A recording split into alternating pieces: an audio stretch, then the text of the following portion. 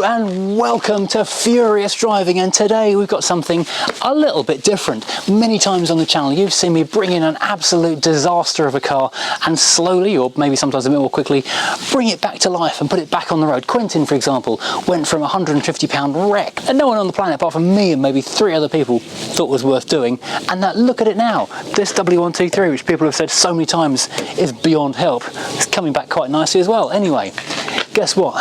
Doing it again, but this time it's a little bit different. This one, rather than my usual thing of buying a car because I've always wanted one and then going the cheapest possible option, which is a wreck, I'm doing a catch and release. I've been thinking about doing this kind of thing for quite a while, but we just never had the opportunity come up. But this week a friend of mine was doing a garden clearance of about 40 or so cars, and he sent me a photo of a car in the dark, which he said was a Mondeo. I had to take his word for it, because under the darkness and the undergrowth, I honestly couldn't tell.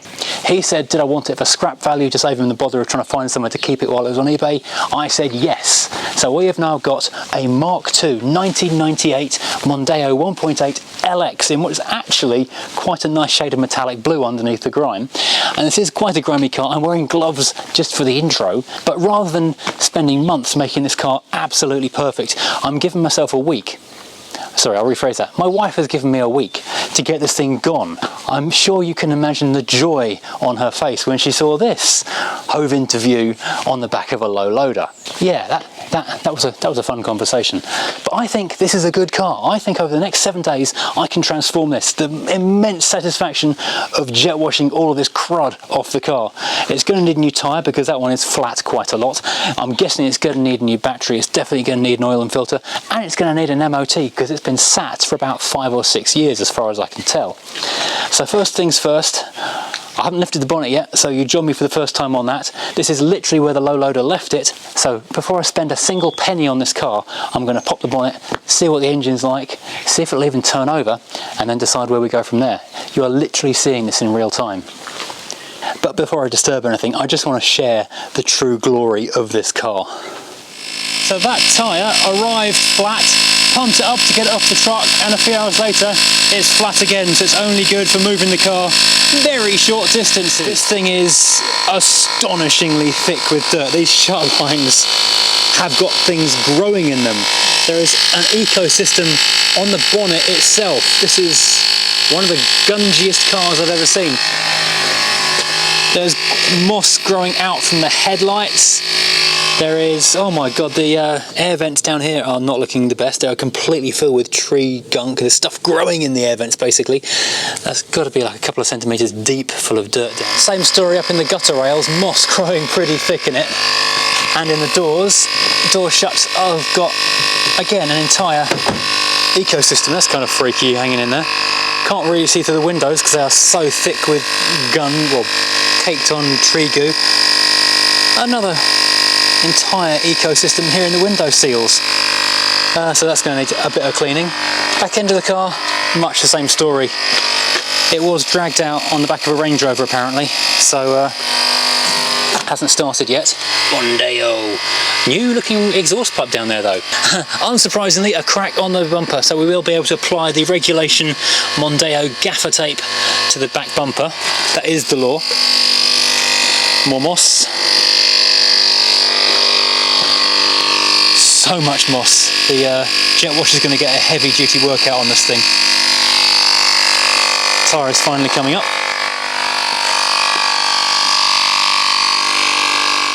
Okay, right, oh my word, look at this. It is going to be immensely satisfying doing this. It's a bit of a hold your breath before you go in. It's not too mouldy, it could have been an awful lot worse. We'll move this out hopefully in a minute and give a proper look around, pop the bonnet, disturb a lot of life. Get some grease on that.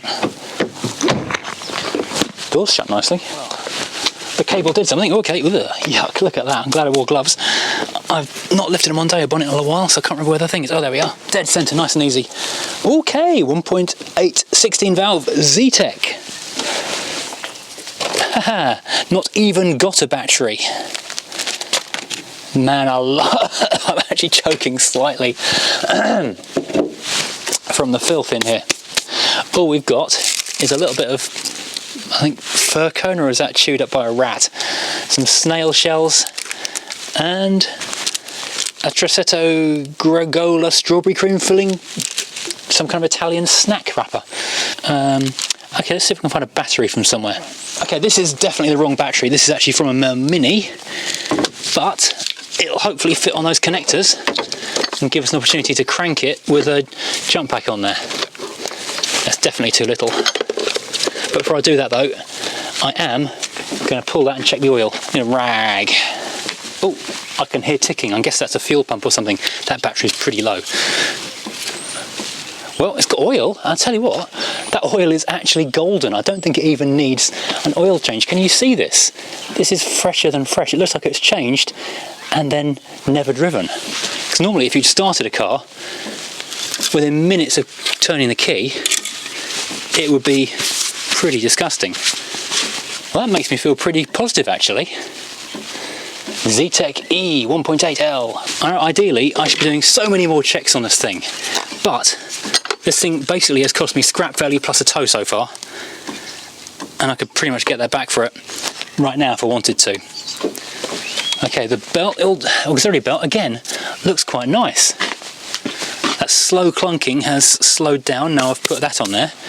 I only have one key and it's not a remote key, so I'm assuming there would be a remote. Oh my gosh, I'm guessing some rats or something have had a go at that.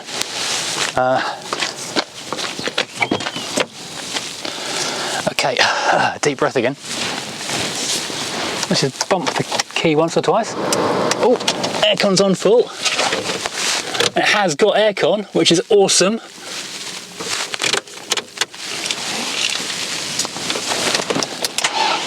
Oh, it turned all right. Is there any petrol in it? Yes.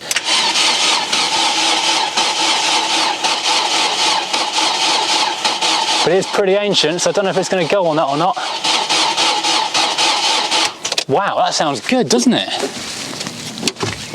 That sounds really good for a car that's been sat for several years. Lots of snail shells under here. Oh, that does sound happier and happier. I guess the oil's starting to move around the engine a bit. Maybe put a bit of squirt or something in there. That air filter looks brand new as well. I think this was serviced and then parked, which is going to save me a fair bit of money in terms of oil filter and sundries, that kind of stuff, because if the car was parked up and serviced, I don't need to do it again, because I was factoring in an oil and filter change at the very least. Let's give it a little bit of encouragement, let's call it that. I think I might have killed the battery because it doesn't want to crank anymore, and it's only a little one off for a 1.6 Mini, and this was even a bit little on the Mini when I replaced it. This one is one I bought for the W123 and turned out to be too tall for the engine bay. It might be too tall for this engine bay as well. Ah, that's irritating.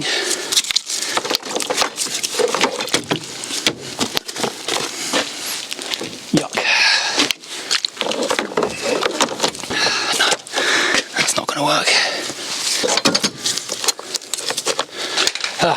Unfortunately, I don't think I put my Noco away fully charged, because that now seems to be fully drained and is back on charge again. Meanwhile, I tried to put this battery out the W123 in there, but it's too tall. So we'll try and use that. Oops, that's just pulling it off. That to jump the car this way instead. Fingers crossed, we have some life in the car. Wow, okay, it runs, but I'm suspecting it might be a fuel or fuel pump issue in here somewhere. Let's get to turn long enough to start drawing the fuel through. I will be happy. Oh, what colour is this fluid? Okay, yeah, it's got some kind of liquid in there. I'm going to call it coolant.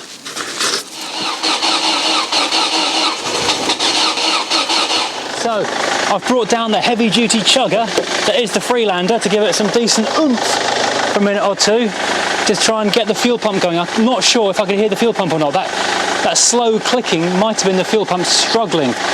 I'm kind of hoping that 6-year-old petrol is old enough to be good enough quality that it'll last in a tank for, well, 6 years, rather than the current stuff which after 3 months is basically varnish and will kill a fuel system.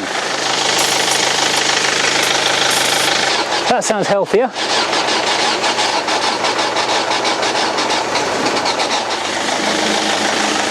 Okay, last try before I go and buy a gallon or two of V-Power and dump it in there and see if that does the trick. Because that did happen with Quentin. After I left Quentin across the winter, wouldn't start. I think the Alpha had the same issue. Regular petrol wouldn't go. I had to go and put some V-Power in, shake the car, mix the fuel can system up a bit, then it went. Do you know what? I can smell petrol now and it smells varnishy. I'm going to buy some V-Power. Crikey. I've literally just had a thought. I've come back and I couldn't open the fuel cap. And I'm just wondering if it's a central locking issue. And I heard the locks do something. Don't know. Can we get into the fuel again? Oops. No. Now there should be an emergency pull thing in the boot. We've not opened the boot yet. This will be exciting. Okie dokie. Who knows what we're going to find in here? A hose pipe. Good. Well, the struts have gone. Less good. So I need to find something to hold the struts up. Need a broom. Right, so under that carpet we have got an also flat and slightly bald spare tyre. We've got more gunk and snail shells in the door shut. What we don't have though is an emergency boot release. We've got a working light though, which is nice. What I've just discovered after a quick Google though is that they deleted the emergency fuel filler flap release from the Mark II. It was on the Mark I, not on the Mark II. Probably it's very gunked up is the consensus, but you need to get a trim tool in there and just whittle it out. So let's do it whittling. So a bit of pressure on there. Let's go and pull the lever again. It's probably a solenoid though, isn't it, on this? There we go. It's in. Oh my word, look at that. I want more gloves immediately. That looks really unpleasant. Excessive yuck. These are definitely going in the bin as soon as I'm done here. Oh, so gross. Come on, unscrew yourself. Oh, it smells disgusting. Really, really unpleasant. Right, £20 worth of V-Power. Here we go. Something has been unhappy in there. 20 quid. This is 2 gallons over £20. Madness. Okay, now having filled the car with as much fuel as my credit card can manage, we just need to do a slightly surreal activity of bouncing on the car because I need to mix the fuel in the tank. And spiderwebs. In Quentin, I didn't mind climbing in the boot to do that. In this car, I'm less keen to do that. Here's where I lose a leg when the boot lid falls off that broom. If you're putting entries in for the strangest thing on the internet this week, this might be it.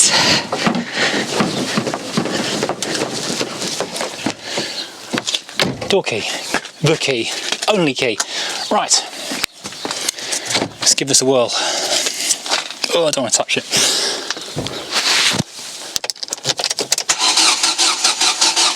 What I might have to do is crank it somewhat, and then the V-Power will do its thing through the fuel system, which I think that's basically what saved the W123 behind me. V-Power just sat in the fuel lines, clearing stuff out. I need more power, that's cranking way too slow. Right, okay, I have done a bit of digging in the book pack that came with this car. Incidentally, I can tell you it's a one-owner car from new. Yeah, registered to Arriva Automotive, 130,000 miles on it. It has got a Combi 79, which is an Italian immobilizer made by Scarico. Yeah, and it was put together in 1996 or 1998. And what it can tell me, I can hear the fuel pump trying to go, is that the red flashing LED, which is got on the dashboard, which is down by the ashtray, is either system on, fully armed, or, yeah, the immobilizer's on, which is why I can't start it.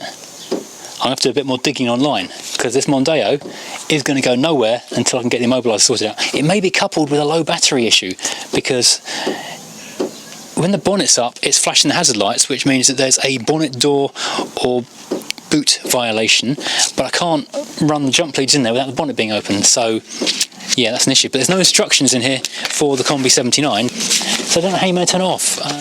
Okay, so as soon as I hook up the battery, I've got flashes on that, which also flashes the hazard light spectrum. I think it's calling the green flash,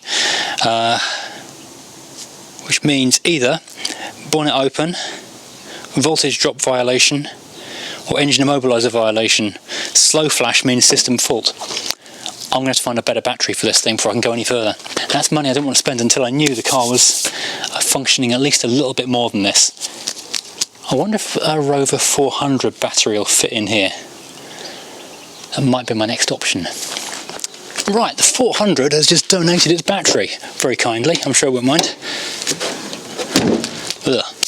So we can try it now with a known good battery. Let's give it the cranks. Oh, wipers seem to do stuff now. Weren't doing that before. I guess there was too little power. Oh, yuck. That doesn't look good, does it? The red flashing light on the immobilizer has gone out. Oh no, it's back on again.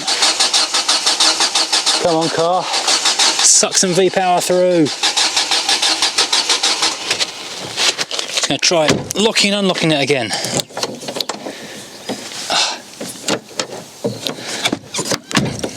Doesn't seem to want to do much on the lock and unlock.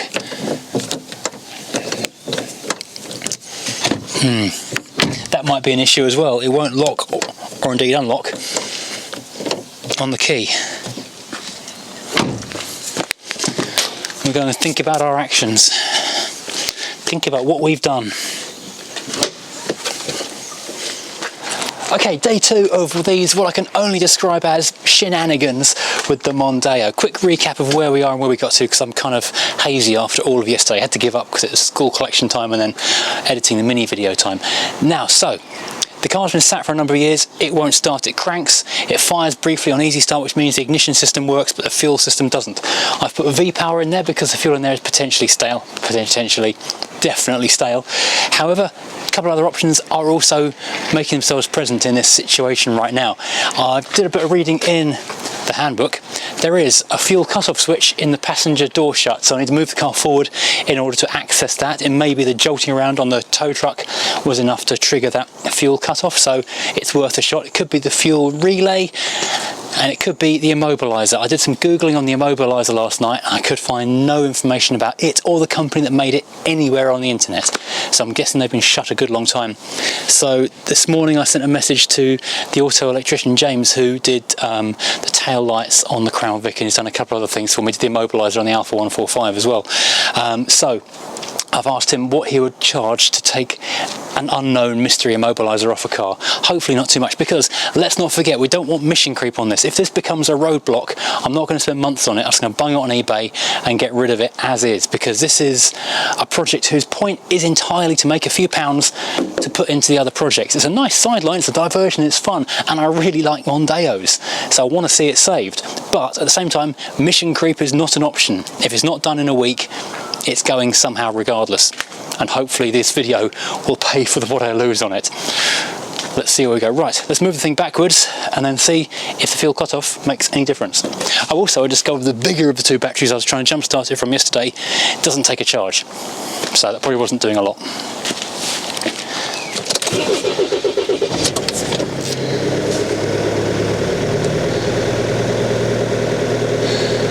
Only the third time it's moved in several years, although admittedly still not under its own power.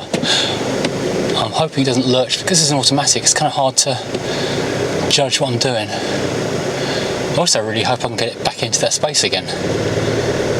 At least once it's out I can start to wash it.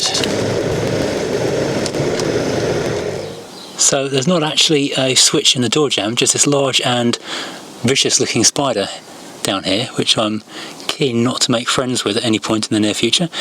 Is that a red widow or whatever it's called? You know, the dangerous ones that give nasty bites. It is in fact down here, that little black hole through there, but you can't actually see it. Right, so I've pushed the button, don't make any odds. I did put some Bulldog on the door handle last night. It does now retract on its own, which is a big difference. I also put some into the lock too, because that felt really stiff and didn't seem to be doing a lot. Still isn't. Will this do anything now?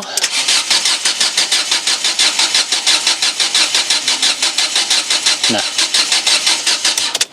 I can kind of smell fuel, but I want to make sure it's getting down to the cylinders, so I'm going to hoover up a few of these. Oh, yuck. So many flipping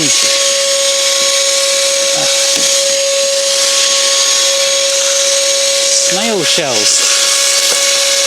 Or some kind of animal bringing snails back in here to eat, maybe. Or do snails just love the smell of Ford engines? Oh, it's clean underneath there. Oh, that's so disgusting up there. This really doesn't. Oh, look at the roots that are coming out of the scuttle. Really does need the engine area cleaning quite significantly.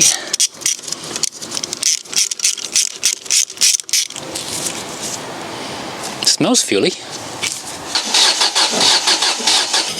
Doesn't smell like any more fuel, so I'm guessing no fuel's coming through, which would suggest to me the immobilizer is in play and that is stopping any fuel coming through, which is a bad thing.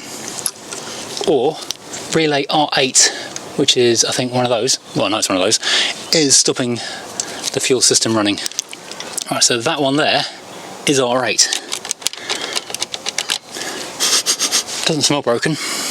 This is real shade tree mechanicking, but what I can do, because if that's the same kind as that, which I think it is, 98FG 14, and yeah, I can do a switcheroo with these two, and if the fuel pump is working and something else isn't, then something else will break and that will start.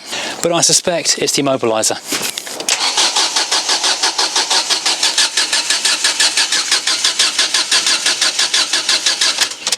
No, the immobilizer light is still flashing and the car isn't starting, which means I don't think it's that. I think it is the immobilizer.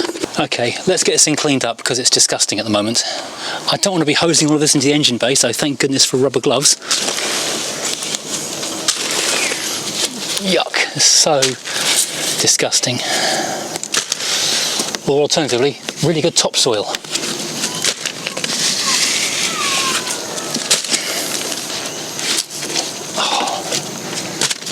This is too many years under a tree. Right here. Oh, that smells terrible too. Goodbye foliage. Goodbye ecosystem.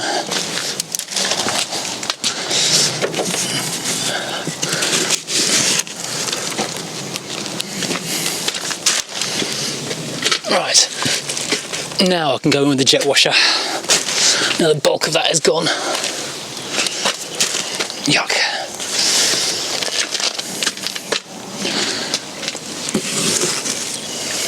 Super gross. Oh, yuck. Right, I have been looking forward to this quite a lot. Here we go.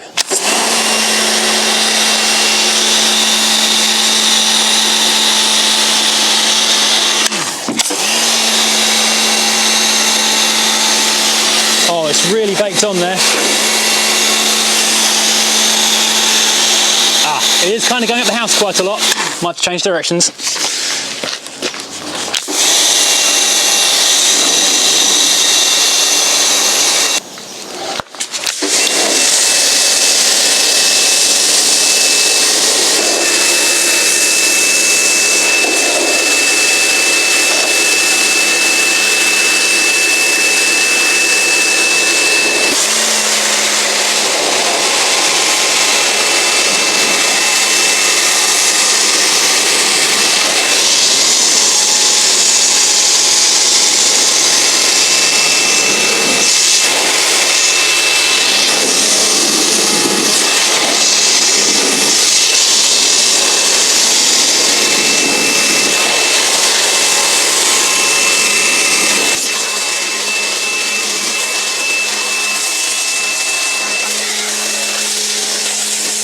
Ooh, probably shouldn't have done this pointing towards the Freelander. That alarm does not like something that's going on. I think it's because the bonnet's open, and I think that's why it won't start, even though it's got fuel and everything. That, I'm sure, is the reason it won't go. Oh, I'm going to have to hose off the Mercedes in a minute.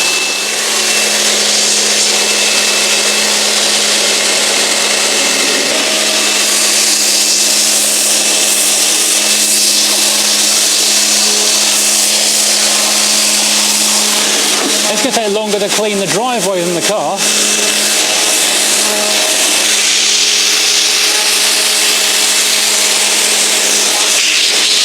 Bye-bye plant. Okay, now snow foam, the most relaxing and therapeutic car cleaning process of them all. This stuff soaks into the car, dirt, and lifts it away from the paint. It means it's much, much easier to scrub the thing clean in a minute. So I am using Diamond Bright Ceramic Blast Snow Foam, which will help soften the dirt, lift it off the paint. Now normally I wouldn't bother sudsing the car at this point, I would just go straight in for another jet wash, but because it's so heavily ingrained, I'm going to agitate a bit more, and this is really baked on hard on the roof. It may be even etched into the paint.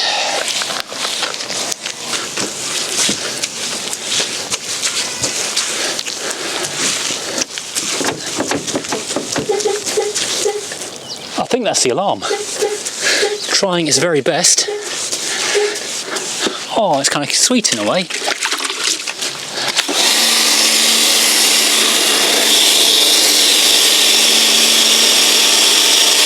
As you can see, it's not really coming off. It's literally etched into the paint from the trees.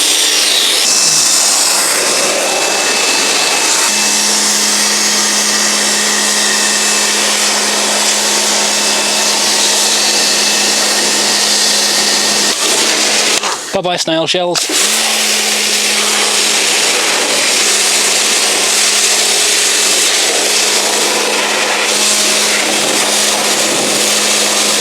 Okay, I've noticed that the driver's door lock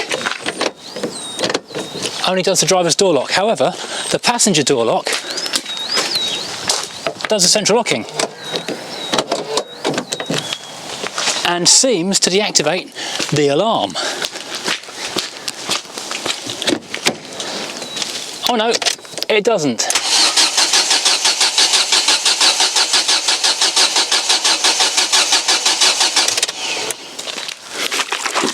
So where it's been soaking for so long, it's kind of softened the dirt enough that now it's starting to actually scrub off using the rougher side, the scrubbing side. It does look 1,000 times better, just for being, well, not so disgusting. In fact, the weather seals have held up incredibly well. Shows how well made these Mondeos actually are. Now this is an alternative to doing snow foam, lift off, which is traffic film eliminator, traffic film remover. It's an agent which will release the dirt from the paint, so I'm going to give this a few minutes to soak in. This may be too etched even for this, we may need to go for mechanical means, as in a DA polisher and a cutter, but I don't want to spend too much time on this car, because if it's only going to go on eBay as a non-runner, it's going to be scrap value effectively. But if I can get it looking nicer, then, you know, onto a bit of a winner perhaps. Has this made any... Oh, it is lifting away actually, it's doing quite a good job. I should have put that on first. That's bringing that paint back a treat.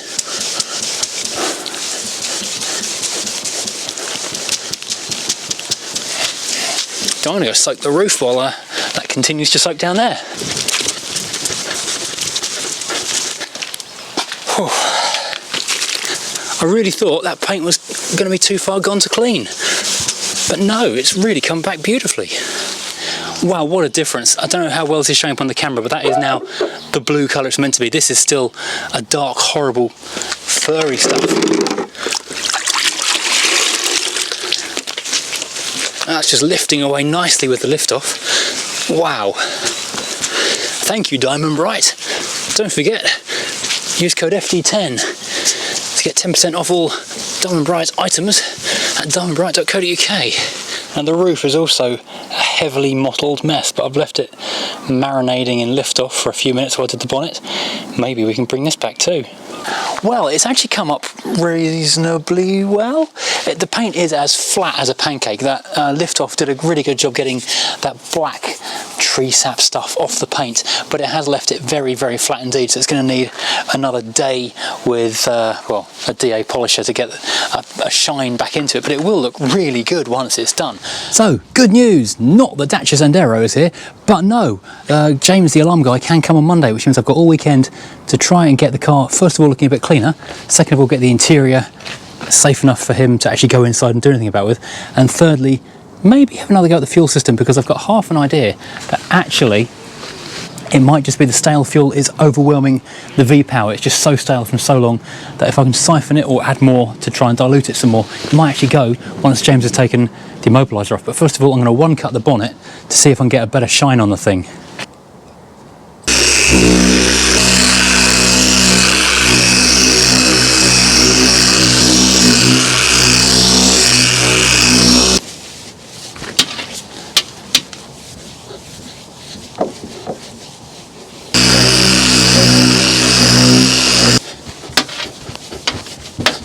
Well, that side is now significantly shinier than that side. You can see that's completely dull, flat, no shine to it. Also, this stuff is etched into the paint.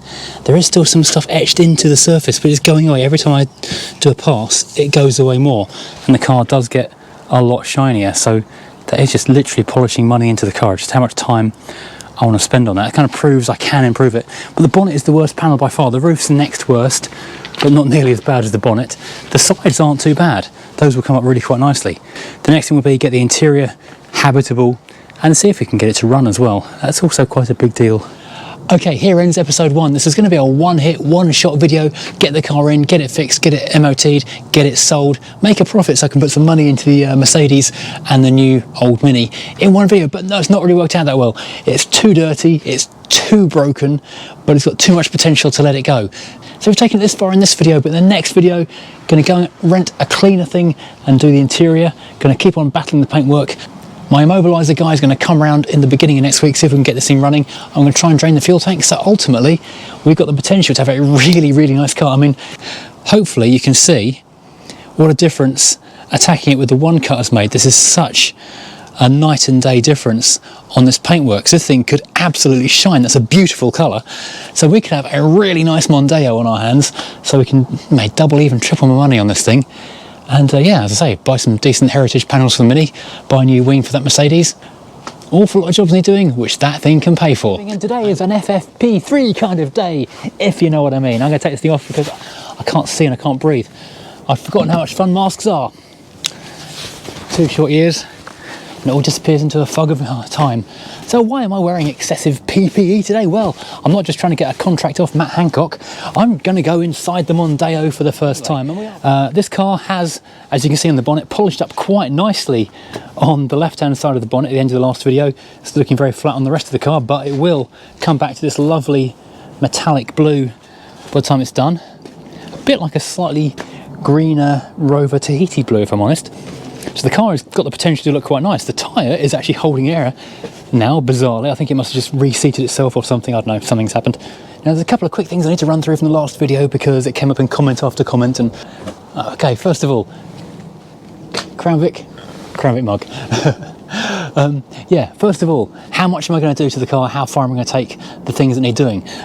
Tyres, obviously I said I was going to change because that's a massive safety issue. Even if I change them for, you know, whatever the budget thing is down at my local tyre fitters and just pay like £24 a corner, that's £100 well spent. I don't want spending money on tyres. I don't want to spend loads on tyres though, because that's going to just blow the budget. That's a serious, serious issue with this car. It's got to sell for a profit.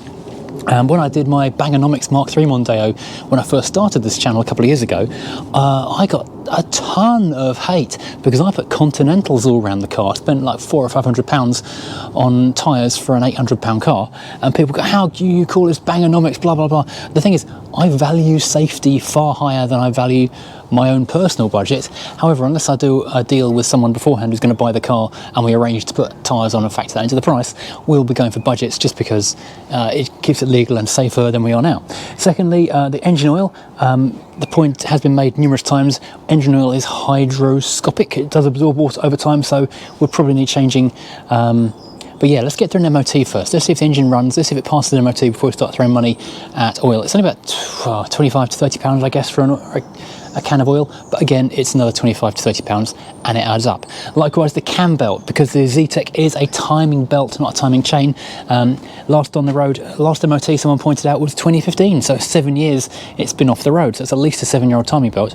Again, let's get an MOT on it and then see what that costs, because I could do it myself, I guess. I've never done a Zetec timing belt. I've no idea how hard that is. I don't know if I might need to get someone in to do it.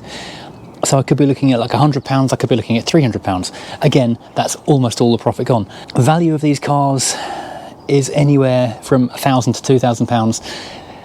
That's not a lot of leeway, it's not a lot of meat on that bone. Bear in mind, this is probably going to fall into the lower end of that spectrum, unless I turn up some really nice alloys for it and the machine polishes back incredibly. Who knows, maybe it'll be a £2,000 car at the end. In which case I will go and stick a cam belt on it.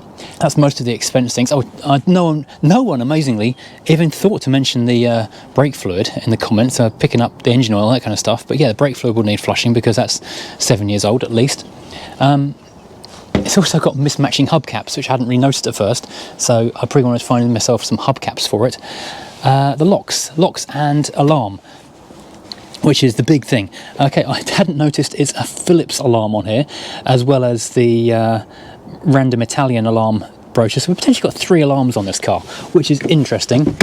I put some Bulldog on these hinges and these doors do actually work now. I've been loading these door locks with Bulldog as well, because what seems to be happening is, let's find the key for you, the driver's door lock only actuates the driver's door. People are saying, has this now deadlocked the car? I don't think it has, because the central locking doesn't seem to be doing much on that door. Passenger door, meanwhile, okay, battery's not connected. The passenger door was activating the full central locking system. Unlock twice on driver's door does undo the deadlock. People are saying that might be the immobilizer situation. I don't think it is. I think it is the aftermarket, but I think this is also not doing anything. It might need a new lock just there. Secondly, what kind of key is it? It's the red tag key, which I believe is the driving master key. I think some earlier ones had an all red key, like on a Fiat and Alpha, but I think this is the main one you drive with. So it should have an immobilizer thingy in there. I haven't got a remote locking key, I've only got this one key. Someone has pointed out that this is the transponder area, so this should go next to that. I don't know if that's current on this particular generation, but that's what someone who used to own a Mondeo told me. This blanking panel isn't actually where fog lights or something would be. That is the receiver for the alarm. Have I tried turning the key with all the apertures closed? Yes, the bonnet closed, doors closed. I tried with the driver's window open to reach through, and I had the same effect. It started on the easy start, didn't start on its own fuel. So I think the immobilizer is cutting the fuel pump. I have, incidentally, used the V-Power and sloshed the tank trick a few times actually, and it has worked with old fuel. As long as you get enough V-Power in there, it will do the trick. I didn't pull the fuel line because these are those kind of clippety push fitting things which are liable to break. Maybe I should do that, I don't know. Flush the system through a little bit. Anyway, I have also not fitted it yet, but I've stolen on permanent loan the battery out of the 420 Tourer, because I discovered over the weekend in the rain that one has got a small leak in it, pulled away, and some water ran into the footwell. I could see it dripping out the bottom of the glove box. So I've parked that one indoors and stolen its battery, so I'm going to fit that over there in a minute as well. But first things first, let's don my FP3 protective stuff, because this thing's going to have a lot of nasty fungusy stuff in there. I need to lose the disgusting mats, empty out the boot, and then get a vacuum cleaner in there and start hoovering out all the other horrible stuff. Today has actually gone a little bit off kilter because I started off heading over to HSS Hire because I'd rented a wet vac, proper cleaner, deep cleaner, carpet cleaner thing to go and shampoo all of these seats and carpets and get all the gunk out of it. Got there, turned out all their stock was broken, couldn't rent one. Went on to Curry's, found out they got a sale on Bissell's and how half price, and it's only about another £25 more to actually buy a Bissell carpet cleaner, fabric cleaner. So did that, went to go and collect it from the store. Turns out it's going to arrive on Wednesday, so I'm a bit flummoxed. However, that does give me a bit of time because I've also spoken to Diamond Bright, and they do a really good antibacterial fabric cleaner. So once I've shampooed it, I can then go over it with antibacterial as well. So we've got a good chance to make it seem really, really nice. In the meantime though, as I say, I'm going to vacuum all the dust out because the alarm man is coming around this afternoon, so I want to make it as pleasant as I possibly can in the upcoming moments. So if he's got to stick his head in there, he's not going to die. Maybe once he's been around, we can then get the car to start. Fingers crossed. Okay, I am fully FP3'd up and ready to dive in and see what we can find. Now, first of all, we have got house carpets cut into floor mats, which are pretty disgusting, it has to be said, and covered in dirt and grime, and lots of golf scorecards. This car is what I call old man spec because there is golf paraphernalia and hearing aid batteries absolutely everywhere. Look at that. Tasty. In the bin. I would not be going back in here without the aid of my gloves and things. There's one thing you've got to see in this car. What makes a Mondeo, ignore the mouldy seats, is the pen holder. This was a revelation in 1993. It even has a pen in it, although it is a golf pen and another golf card. This is a very golf-centric car. Last tax disc 2014, I think last MOT was 2015. It's like a golf shoe thing, I don't really know. Golf tee, golf sticks, much golf stuff. Bin. Now this is a bit grim. This is perhaps where, I don't know, a rodent or something got into it. But looking in the glove box, very out of date sun cream. So I guess at least he was taking care of himself on the putting green.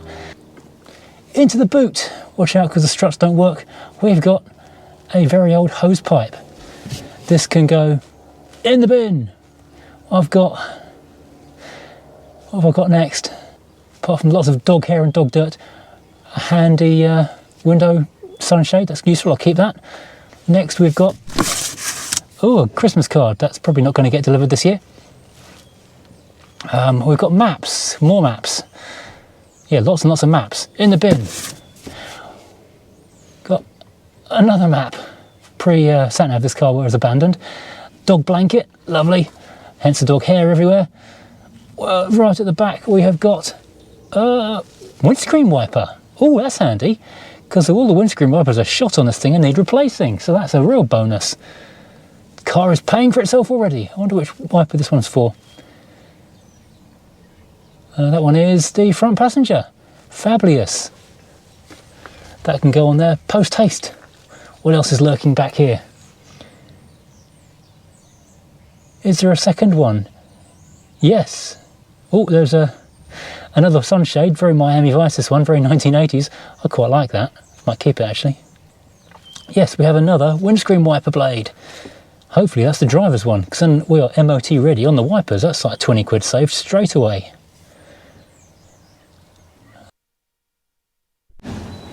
Well, those fit after a fashion. They're not the best looking ones, but if I get it through the MOT, then it's a win, and maybe I can stick some better ones on once we're actually on the road.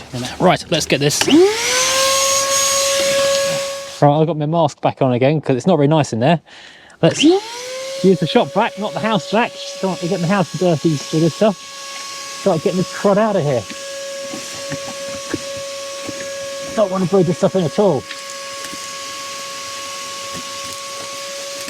The carpet's not too bad. The passenger side though is pretty horrible. It's the seats though. Weird stuff all over the seats. It's definitely going to need, you know, a vaxing out. It's actually not the worst I've seen by a long way. The Rover Tomcat was hideously worse compared to this. Need to lose the glasses. I had forgotten how much fun it is wearing masks and glasses. Ugh.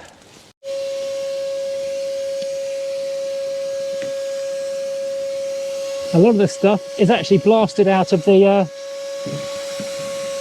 door rubbers when I was hosing it, so it's actually not as bad as it looks.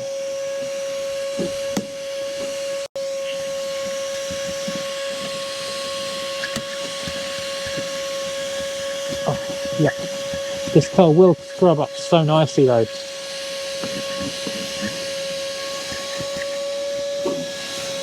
More snails, bloody hell, snails.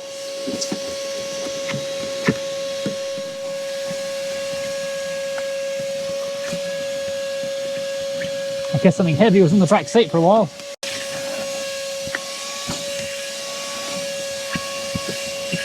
People have variously said that the fuel pump is actually underneath this back seat. Something I don't really want to touch just yet.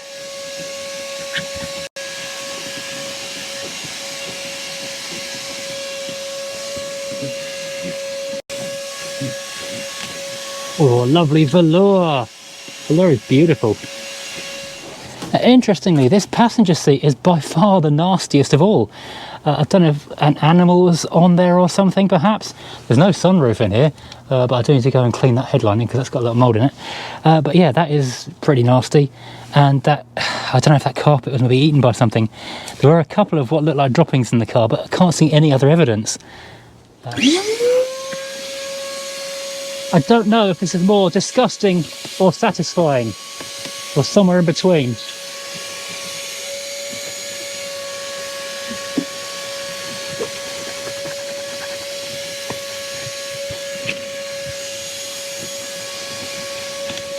Oh, I can't wait to get the wet back on this thing.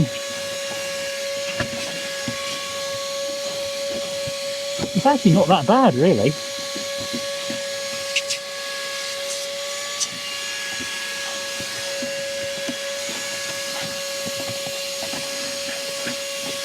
Can't get a tray down here. These cars are really well thought out.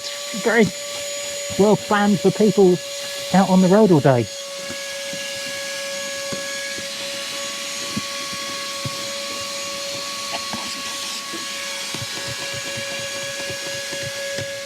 Taking my brave pills because I need to lift this seat up to get to the fuel pump potentially, which someone says, oh, there it is, just down there. Okay, well, that's easy to find. Let's get the it's really easy to get to, actually. Let's get this all hoovered out from down here. I'm disappointed how few coins I've found, as I found none. Right, now I'm going to tackle this with some interior cleaner. I have got, as I say, the antibacterial interior cleaner coming as well, which I will give it a decent dousing of too with, which is actually what I did the interior of the Mercedes in, because I've forgotten the W123 was also horribly mouldy too, after being sat for so long, and that has killed all mould growth, and it smells quite nice in there now. I'm just going to use the basic stuff just to wipe the crud off everything, make the thing a better place to be, and then I will properly disinfect it when that stuff arrives tomorrow. Using an old cloth that's going to be thrown away, I think, at the end. That's a lot of dirt coming off, but coming up rather nicely. I don't want it to be like a thing you just look at and go, ick. I want you to look at it and go, ooh, what a nice car.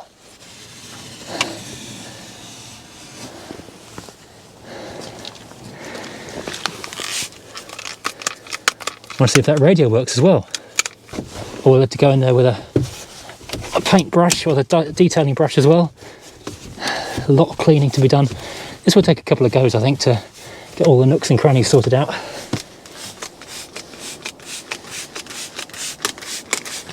Some people were asking what the mileage is on this car. It's 130,794. So that's weird. I keep on buying cars with 130,000 miles on the clock.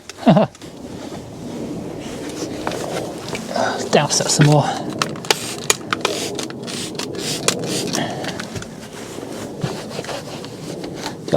I'm very confident this is going to turn out really nice when it's done.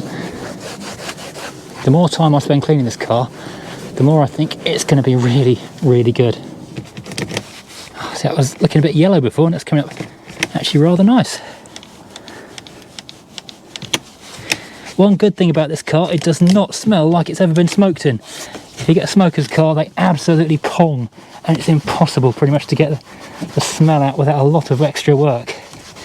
This one though, it just feels like it's been used as a dog car.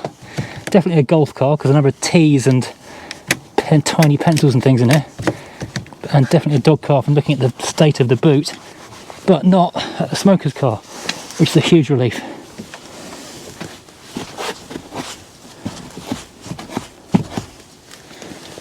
Well, that looks a lot nicer.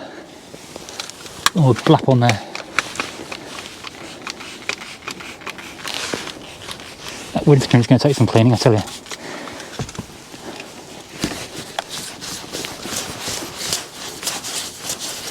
Loads better. Fantastic.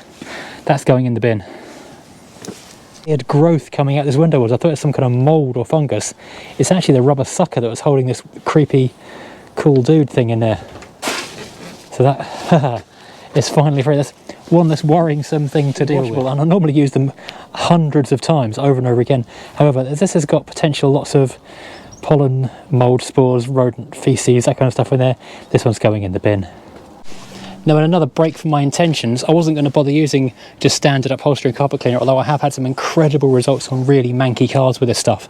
I was going to go straight in with the thing, but because I've got the immobilizer guy coming this afternoon, I want to try and get as much out as I can in the meantime, and I'm definitely wearing gloves for this.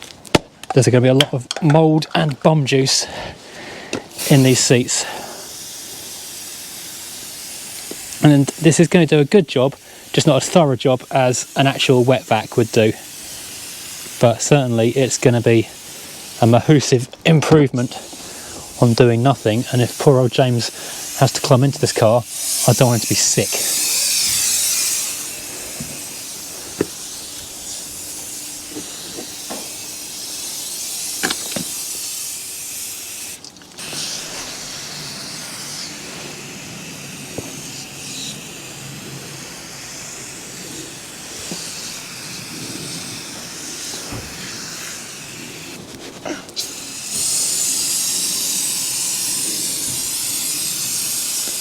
At least it makes the car smell very fresh. And don't forget, you can get 10% off all Diamond Bright products using code FD10 at the website, diamondbright.co.uk. This is amazing stuff which I've used so much on my cars. It's transformed, well, got a lot of gunk out the Freelander Hippo. It did a bang up job on the W123. Even my daily Mercedes W204. I was amazed how much brown gunk came out of that one, and that's a car I thought was pretty clean.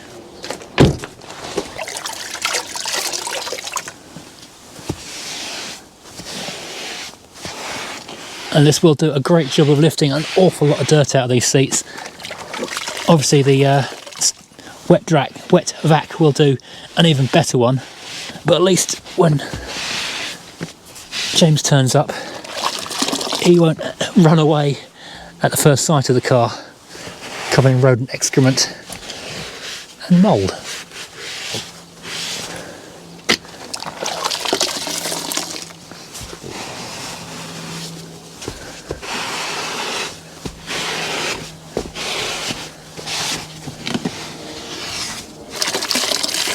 Do you know, I think this car was actually pretty clean when it was parked.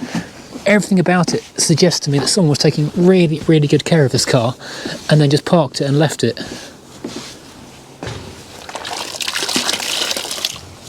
Looking at this water, this is astonishingly clear, which suggests to me I'm just lifting off the mould from the surface. It's not like it was a seriously dirty seat to start with.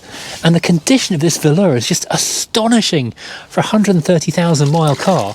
Absolutely amazing.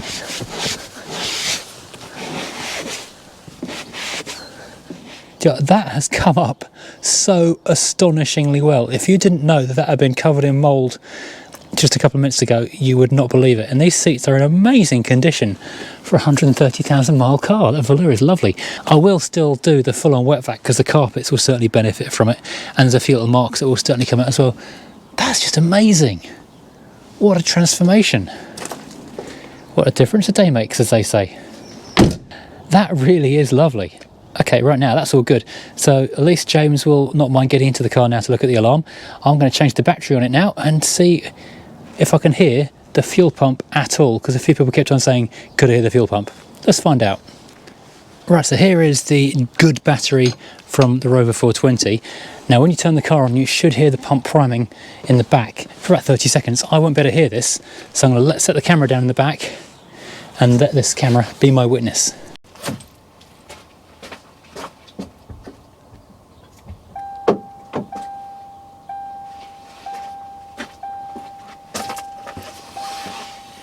Oh, it's doing bonging. I didn't have bonging before. I couldn't tell from the playback if anything was happening or not. So what I'm going to do is lock the car on the passenger door with everything shut, bonnet down, all the rest of it, and see if that makes any odds. Also, I'm going to lean through and put the key in from the passenger side in case this door lock isn't working, because this one only seems to activate that door. Okay, here goes. Unlocked, centrally unlocked I should say. Let's reach through here because I don't want to open and close the driver's door in case that's upsetting it somehow.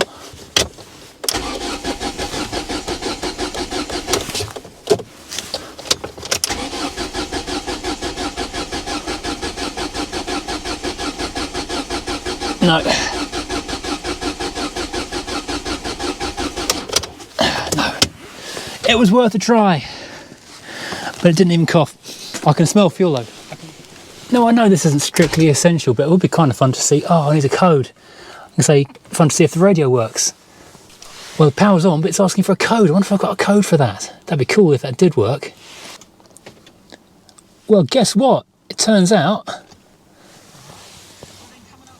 it does have the code written down in the book because it's got a service book in it, which I haven't really looked in properly. And I have a working 6000 CD RDS with Ian radio.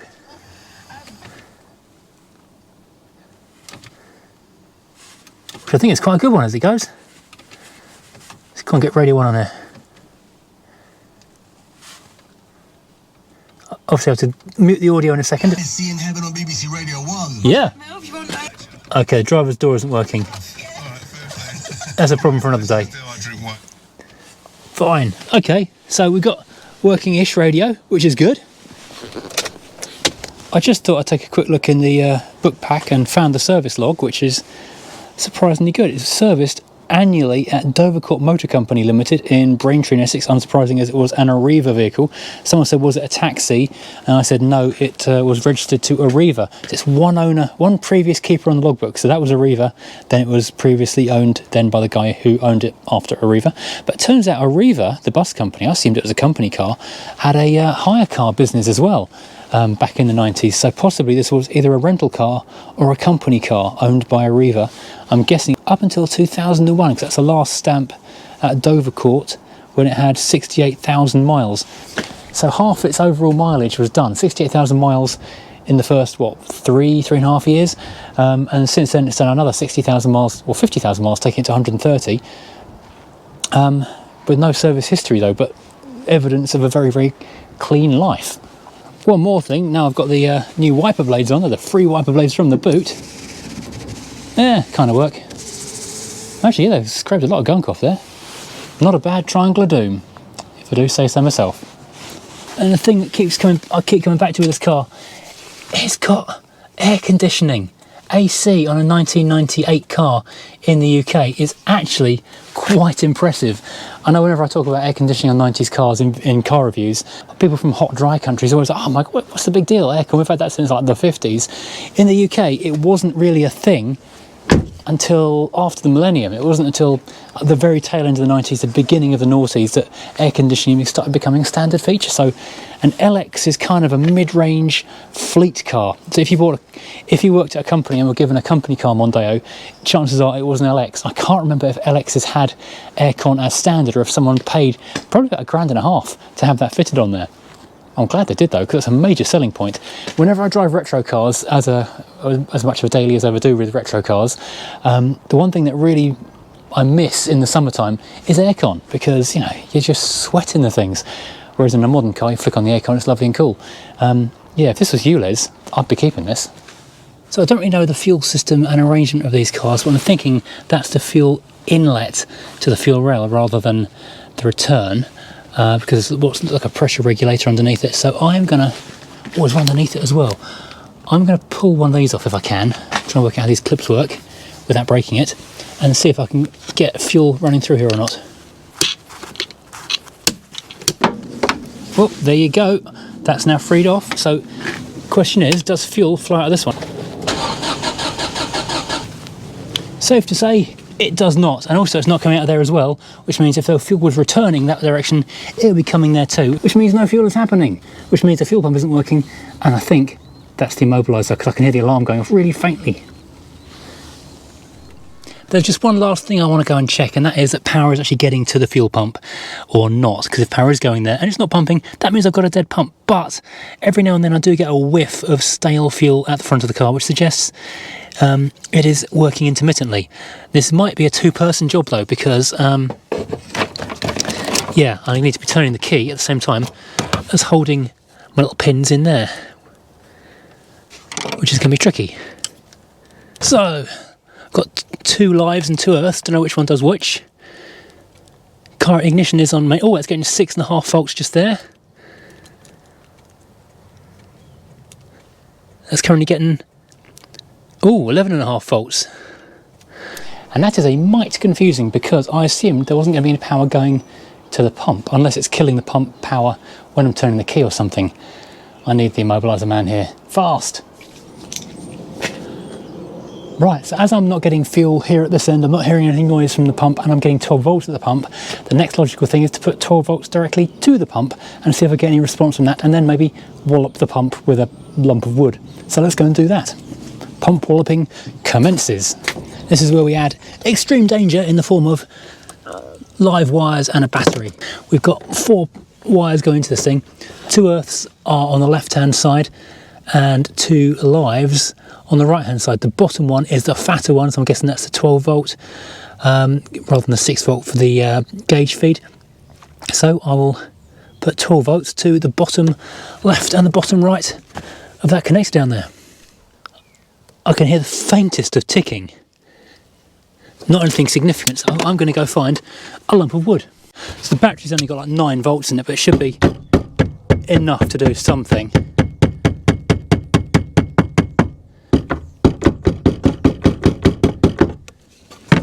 Let's give it another clickety-doo-dah. Sure I'm doing this right around, don't I? Yeah, that's definitely the right connections. Double checking that is always good. Just hearing the tiniest little tick. So I think this pump is dead. I have ordered a pump actually, but it's not going to be here till tomorrow. So, what a pain. It means I've got to take this thing out, which I think unscrews like that. Oh yeah, at least I've got easy access to empty the tank. I've given it some decent poundage with the back end of a hammer just to kind of vibrate things loose. Got a longer lead for the earth because that's going to be a bit too short on the bigger battery. Oh, we've got a bigger battery, which I'm hoping might wallop a bit more juice through. I can hear a little noise. It's really faint, but it was doing something. So I'll take it off and step far into the car. I can hear something happening. It's definitely doing something. It's much, much quieter than the Rover fuel pump. This is basically Quentin Mk2 all over again. Can you hear that? It's really faint. So something's happening, just not sure what. And I'm seeing nothing in the engine bay. You'd hope if fuel was pumping, you'd see something squirting out of here or back out of here. I don't know if red is feed or fuel return. I'm assuming the top is the feed. Oh, you found it already? So didn't we just cut it out there? If you can bypass it, yeah, cut it out. Doesn't worry about staying in there. So within 30 seconds of being in the car, James has found the alarm. Took him longer to get his tools out of the van than it did to find the alarm. So in a couple of minutes' time, that alarm will no longer be causing a problem. It will just be other problems causing problems. So the old immobilizer, or aftermarket immobilizer, is staying in there because it's been fitted well and truly out of the way to make it hard to get to. You can't even see it in there. Don't know what you're looking for, it's just a scramble of wires. So just cutting the wires off to bypass it and yeah, make it not do anything anymore. James, what's your company called? Advanced In-Car Solutions. So if you want to find a handy auto electrician in the Kent area, give James a call. Google him online on that there internet. Okay, trying to start it with the immobilizer removed. Can't hear the fuel pump still, No, can we? I can't hear the fuel pump. But it might just be broken though. So those are the old sensors which we no longer require. I didn't even notice these things. I'll cut them, you can pull them out in a minute. Yeah. Didn't even notice these things. They're pretty heavy duty. Proper 1990s spec security. Just nip and put them behind there. Yeah. If you give yours a good tug, that should pull all the way through. Oh wow. Yep, gone. It's always easier taking it out than fitting it. Definitely, yeah. Yep. Yeah, feed there, 7 volts there. So we've got volts to the meat. The pump's not working, so. Okay, so that pump is dead inside. So there's a short circuit within the pump itself. Oh, okay, yep. So it's dead. Pump's knackered. Okay, so there were 2 problems, now there's only 1. So video 2 of the Mouldeo concludes with James having fixed one of our problems. It seems there were 2 issues with the car. First of all, the immobilizer was cutting power to the fuel pump, and second of all, the fuel pump itself is dead. So we're halfway there. The fuel pump has been ordered, it should be here in the morning. like that. A quick recap, this car had been languishing in a garden in London, I thought, for about 5 years. Searching the MOT history suggests it was last on the road in 2015, which makes it 7 years it's been off the road. It was so covered in brambles and weeds you couldn't actually tell what kind of car it was. The photo I had just kind of showed a bit of the roof and the bonnet. You couldn't tell. That garden belonged to a 90-something-year-old gentleman. The actual number of cars he had in there is unknown, possibly up to 40. It was a lot of cars packed in there, and a friend of mine was doing clearance on the garden because he'd basically lost interest in them and just wanted them gone. And I was offered this one basically at scrap value, so I said yes because I really like Mondeos. It is now 9:30 in the morning and I'm waiting for the new fuel pump to arrive. I ordered it a couple of days ago, but it was a special order item and it's not here yet, so come on, Mr. Postman. I guess I'll take the old one out while I'm waiting. Now, before I crack into the car, there is one thing I want to just quickly mention, and that is the state of the chassis. One of the things I've seen come up a few times in the comments, and bear in mind, at the time of recording, there have been over 800 comments on the first two videos. Be over 1,000 by the time you see this video. So forgive me if I've not had a chance to like or answer your comment yet, because there've been quite a few and I've still got to actually do more videos.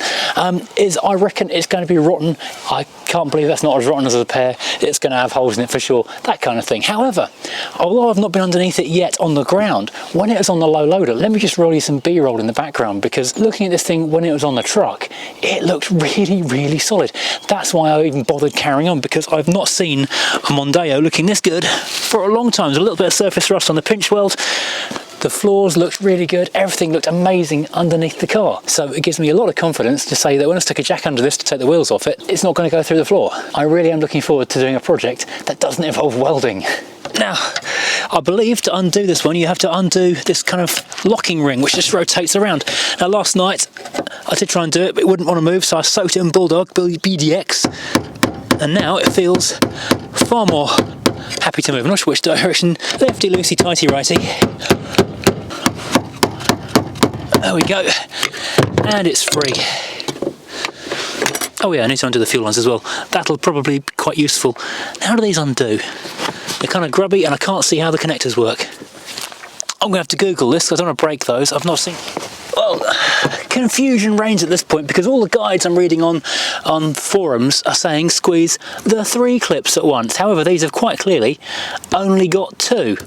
And I can squeeze them together at the same time using a pair of pliers, and then the thing should just lift straight up. Unfortunately, it just pulls the pump out rather than coming. I don't want to stick a screwdriver under there and start forcing it, because that would probably be a bad thing to do. Okay, so I left this for a couple of hours actually. I soaked it in Bulldog BDX.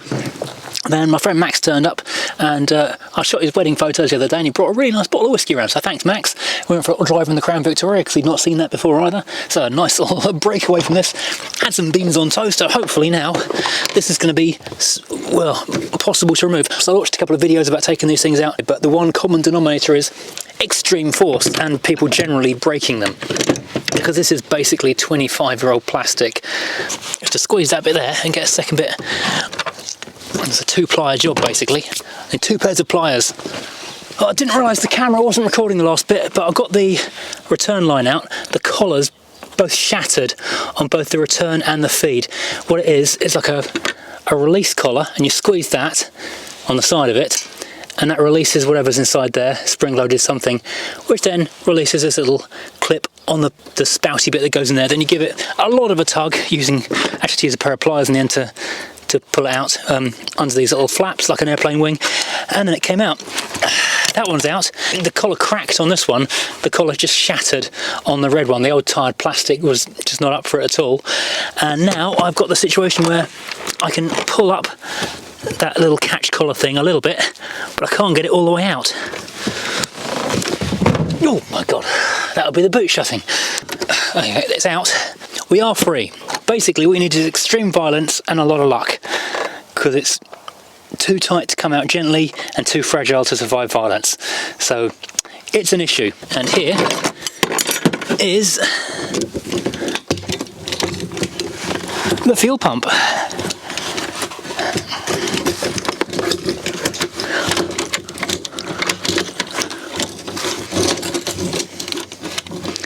And you know, I'm looking at the petrol in here. I was expecting it to be like yellow tarnished muck. It's actually really rather clear. that looks fine. I'm genuinely amazed. That looks really good petrol.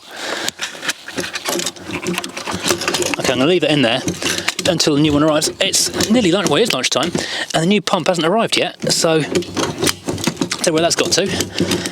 Normally they're really prompt and they turn up first thing in the morning. Oh, I'm glad I've got to practice on putting this back in again, because it's a bit of a widdly angle to do it. Just I've learnt now that you need to do a widdly angle. Well, there's the old fuel pump, and you can see the filter strainery thing had actually split open. There's the fuel level meter. On our retaining clips, the collars have broken, but the actual clippy bit that goes into the top of the pump has survived, so we will clip back in, and then getting it out again in the future will be the problem for the next person who owns this car. Probably though, that pump will outlast this vehicle, so hopefully it won't be a problem. Well, the fuel pump didn't turn up today because, I guess, reasons probably, so I'm going to finish the day off today with a bit more polishing. I'm going to tack the door. Now, people did say, shouldn't I be clay barring the paint before I was going in for this? And if I was going for a full-on concours finish, I would do. And also, if I could find the paint through the dirt, I would do. But this is very much a dirt removal as much as it is polishing.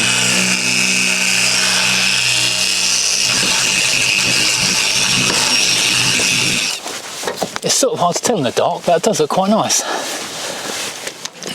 Now, it might look like it's about midnight, but it's actually only about 3:30 in the afternoon. You know, got our proper Arctic nights now. Luckily, I've got all the various Draper magnetic torches and the under bonnet lamp, which does a great job of lighting the way for me.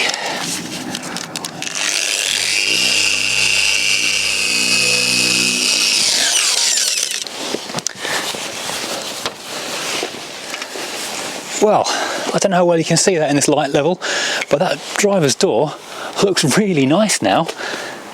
Back door obviously looks out how it did previously, but that driver's door looks amazing. What a transformation. If this old car comes up like that, I'm going to be really, really happy and impressed with this. I've got some lacquer peel down here though. Typical 90s metallic colour, lacquer peel on the doors. Don't talk to me about lacquer peel on doors. You've seen the Red Rover estate. Mucky, no reflection. Shiny reflection. Nice. Well, the camera battery's about to die, so I'm going to keep on doing this in the dark without your company for a few minutes, and join me again in the morning when hopefully this car will be an awful lot shinier. So last night I kept on polishing until it got too cold to work, and also too much moisture in the air to do anything apart from just smear stuff around. I think I've done a really good job. You can tell it looks really shiny now. Okay, we'll look again maybe in a little while when it's not -2 degrees. I mean, it is literally not an exaggeration. -2 degrees right now. And my fuel pump is on the way. Be here any minute now apparently. But they've said I've got to dismantle this one and put just the fuel pump section into this unit. So I'm glad I didn't bin this yesterday. Right, so the parts have arrived, and I've got to say it is painfully cold this morning. It's -2.5 degrees on the car thermometer driving into school run this morning. Oh man alive. So yeah, warm coffee to try and keep my fingers from going numb. The fuel pump repair kit has arrived. I assume I was buying a complete pump, not a repair kit. So I've got this bit here, which is the pump itself, which has got a little tuggy thing in there. We've got a new socky thing just there. And always reassuring when your repair kit comes with a rubber bit that isn't on the current thing and a cable tie. Also a small washer as well. So looking at this, it does appear as though this is like a rubber clippy thing. So this will just lever out forwards and pop out of just here, make the connection, and bada bing, we're good to go. So using the car as a workbench because it's the only place in the sunshine, I actually made a tin foil cover for the petrol tank last night, so the car doesn't smell of fuel, which is quite amazing. Right, so I get my screwdriver in there, lever against the rubber clippy thing, and it should just pop out. There we go. Away it comes.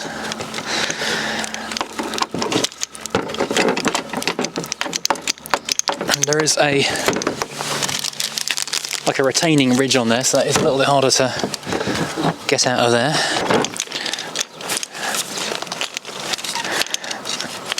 And we're free. Okay, all good. Oh, the longer this takes, the colder my hands get and the harder this whole job becomes. So here's the plug.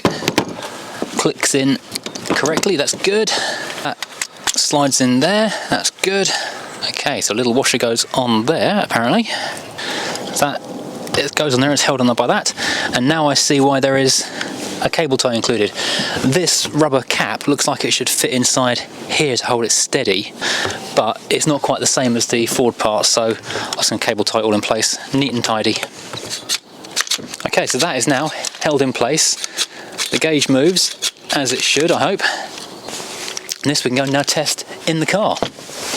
Right, now before I put it into the car, let's first just check the thing does actually work. Let's power it up and see if it makes noises.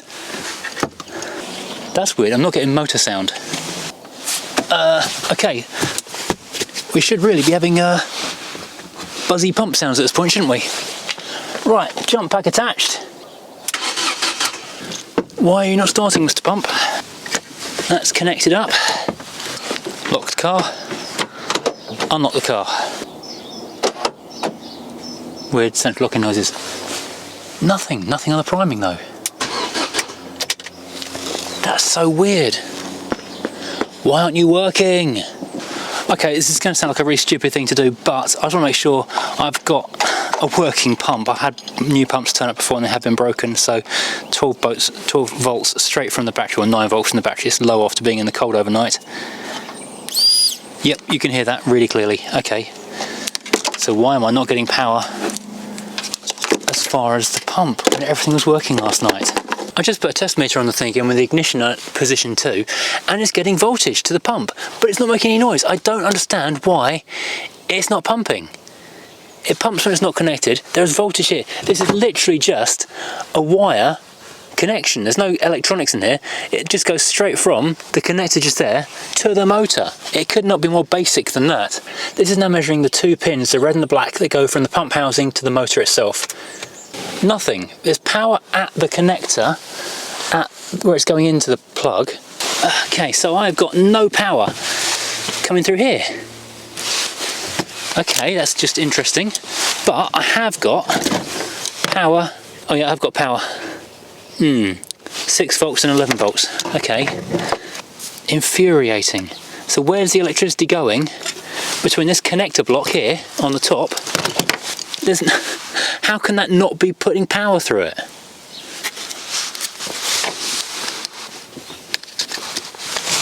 Let's test this thing on this side of the block. No power coming through. On there, and on this, hang on, this side, 1.6 volts. Oh, that's crazy talk. Incredibly, it would appear that this connector block of the fuel pump is actually at fault. So I wonder if the old motor still works then. Okay, let's put power to this thing and see what happens. Try not to short the battery out while I'm doing it. No, nothing. The motor is actually dead. Yeah. Okay, so that's good news. The motor was dead anyway. That's full of petrol. So yeah. So it appears that in fact it's not the motor, well the motor was dead, but this connector block in the housing was also, I don't know, how the hell can that break? But no power is going through that. So I need to go and get a complete new pump and see if I can get a refund on a pump that I've opened and assembled. Don't know if I'll do that or not. I suspect they might not.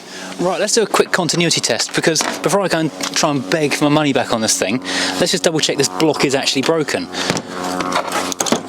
Okay, so let's get negative, oops, 1 lot wire on there. 1 wire on there. Get a beep. Oh, okay, so maybe it's not dead. Wire on there. Wire on there, not broken. Oops.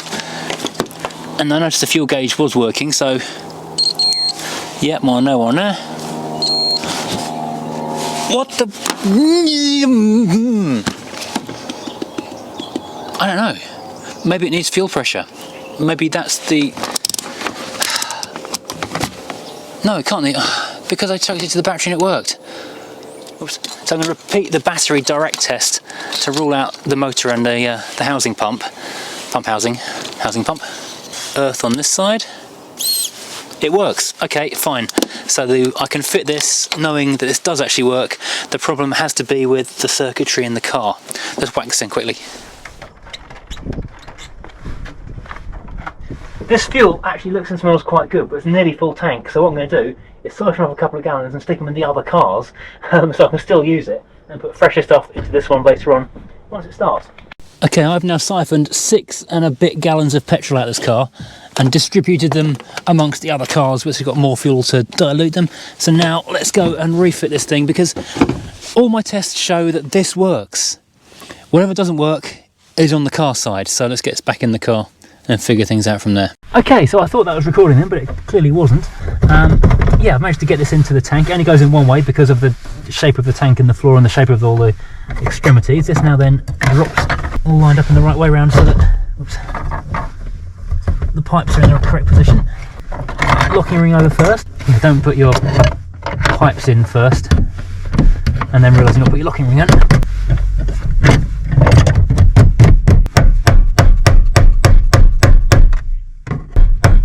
There we go. That's located correctly. Now let's try putting the connector back on there and see what happens this time with it actually in the tank.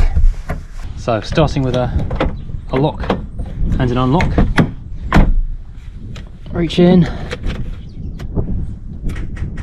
Dead battery, but oh, I can hear the pump this time. Oh, I can hear the pump. I'm going to put a jump pack on that. In fact, no, I'm going to put the pipes in. I'm going to be super brave and put the pipes in. Right, jump pack connected.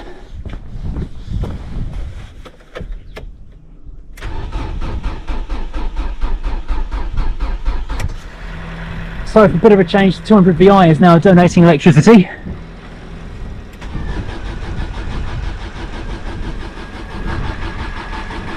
I will be seeing fuel at this rail, I should really. If the pump was doing anything. Can't hear it doing pump stuff. No, I'm going to put the thing back on again in case it's like a pressure thing.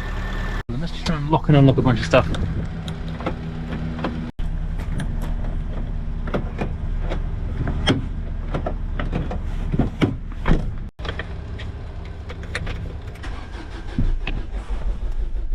Can't hear the pump. There's literally no reason for the pump not to be working right now. Fuel gauge is correct because that's showing us now a quarter of a tank, so I've taken 6 gallons out of the thing.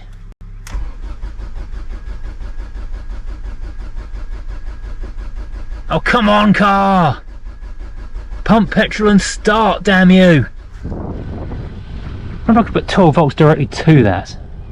So file this firmly under don't try this at home, but what I'm going to do now is hook up the battery directly to, well, a battery directly to the fuel pump, because then that will start up and then I can try and crank the car and see if it runs or not. Yes it is, yes, I can hear it going. Yep, that's pressured the system. What do you know? With power directly to the pump, that thing purrs like a kitten.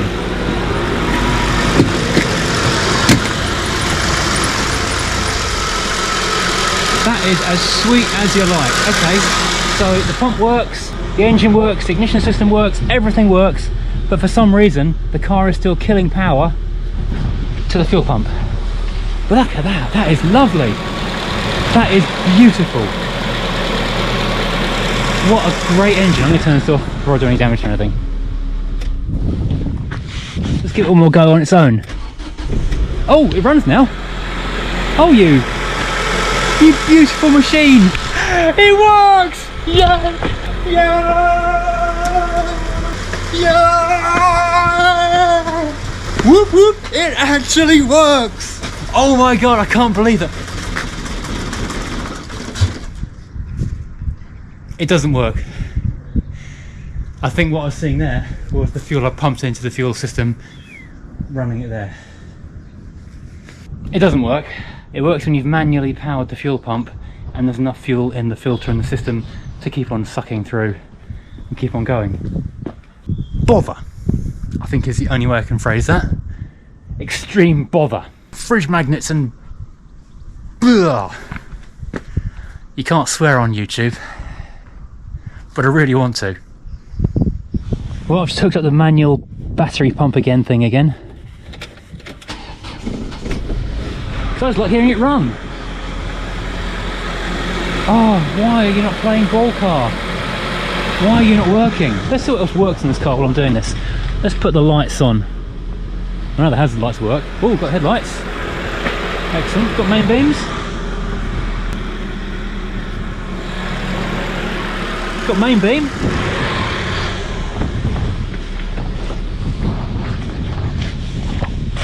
We've got tail lights. Excellent. Got a rear fog on this thing somewhere, I guess. Pull for rear fog. Yeah, rear fogs. This thing's good. Got parking lights. Nothing has parking lights anymore. Just gives a little rev. Oh, the throttle was so stiff then. I actually thought it was the brake pedal I was pushing. So this is beyond baffling. It works. Everything works. It's feeding power to the fuel pump. Power is going from the fuel pump's plug to the fuel pump motor. Everything works except the fact that it doesn't work. I am beyond baffled at this point. It is just insanity gone mad, if that's such a thing. I genuinely don't get what's gone wrong here. Really weird.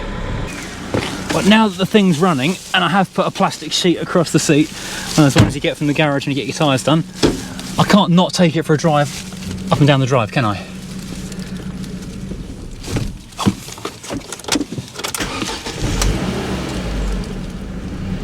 We are in a bit of a hole on the floor here. Wow, it drives really nice. Brakes, any brakes? Yeah, it's got brakes. Lifty thing. Oh, this is great. This is really good. If only it ran on its own. Can't really see at the back, it's all misted up. And I've not changed the mirrors at all. There we go, it's better. I can see what I'm doing now. It's not hit the fence. My big bit of plank, I put a plank of wood into the gap in the flower bed, which isn't a flower bed, to try and make it easier to roll it back and forth. It's actually just made it a lot harder. Even the Freelander took a bit of force. Oh, the Z-Tech is so smooth. Oh, I love it.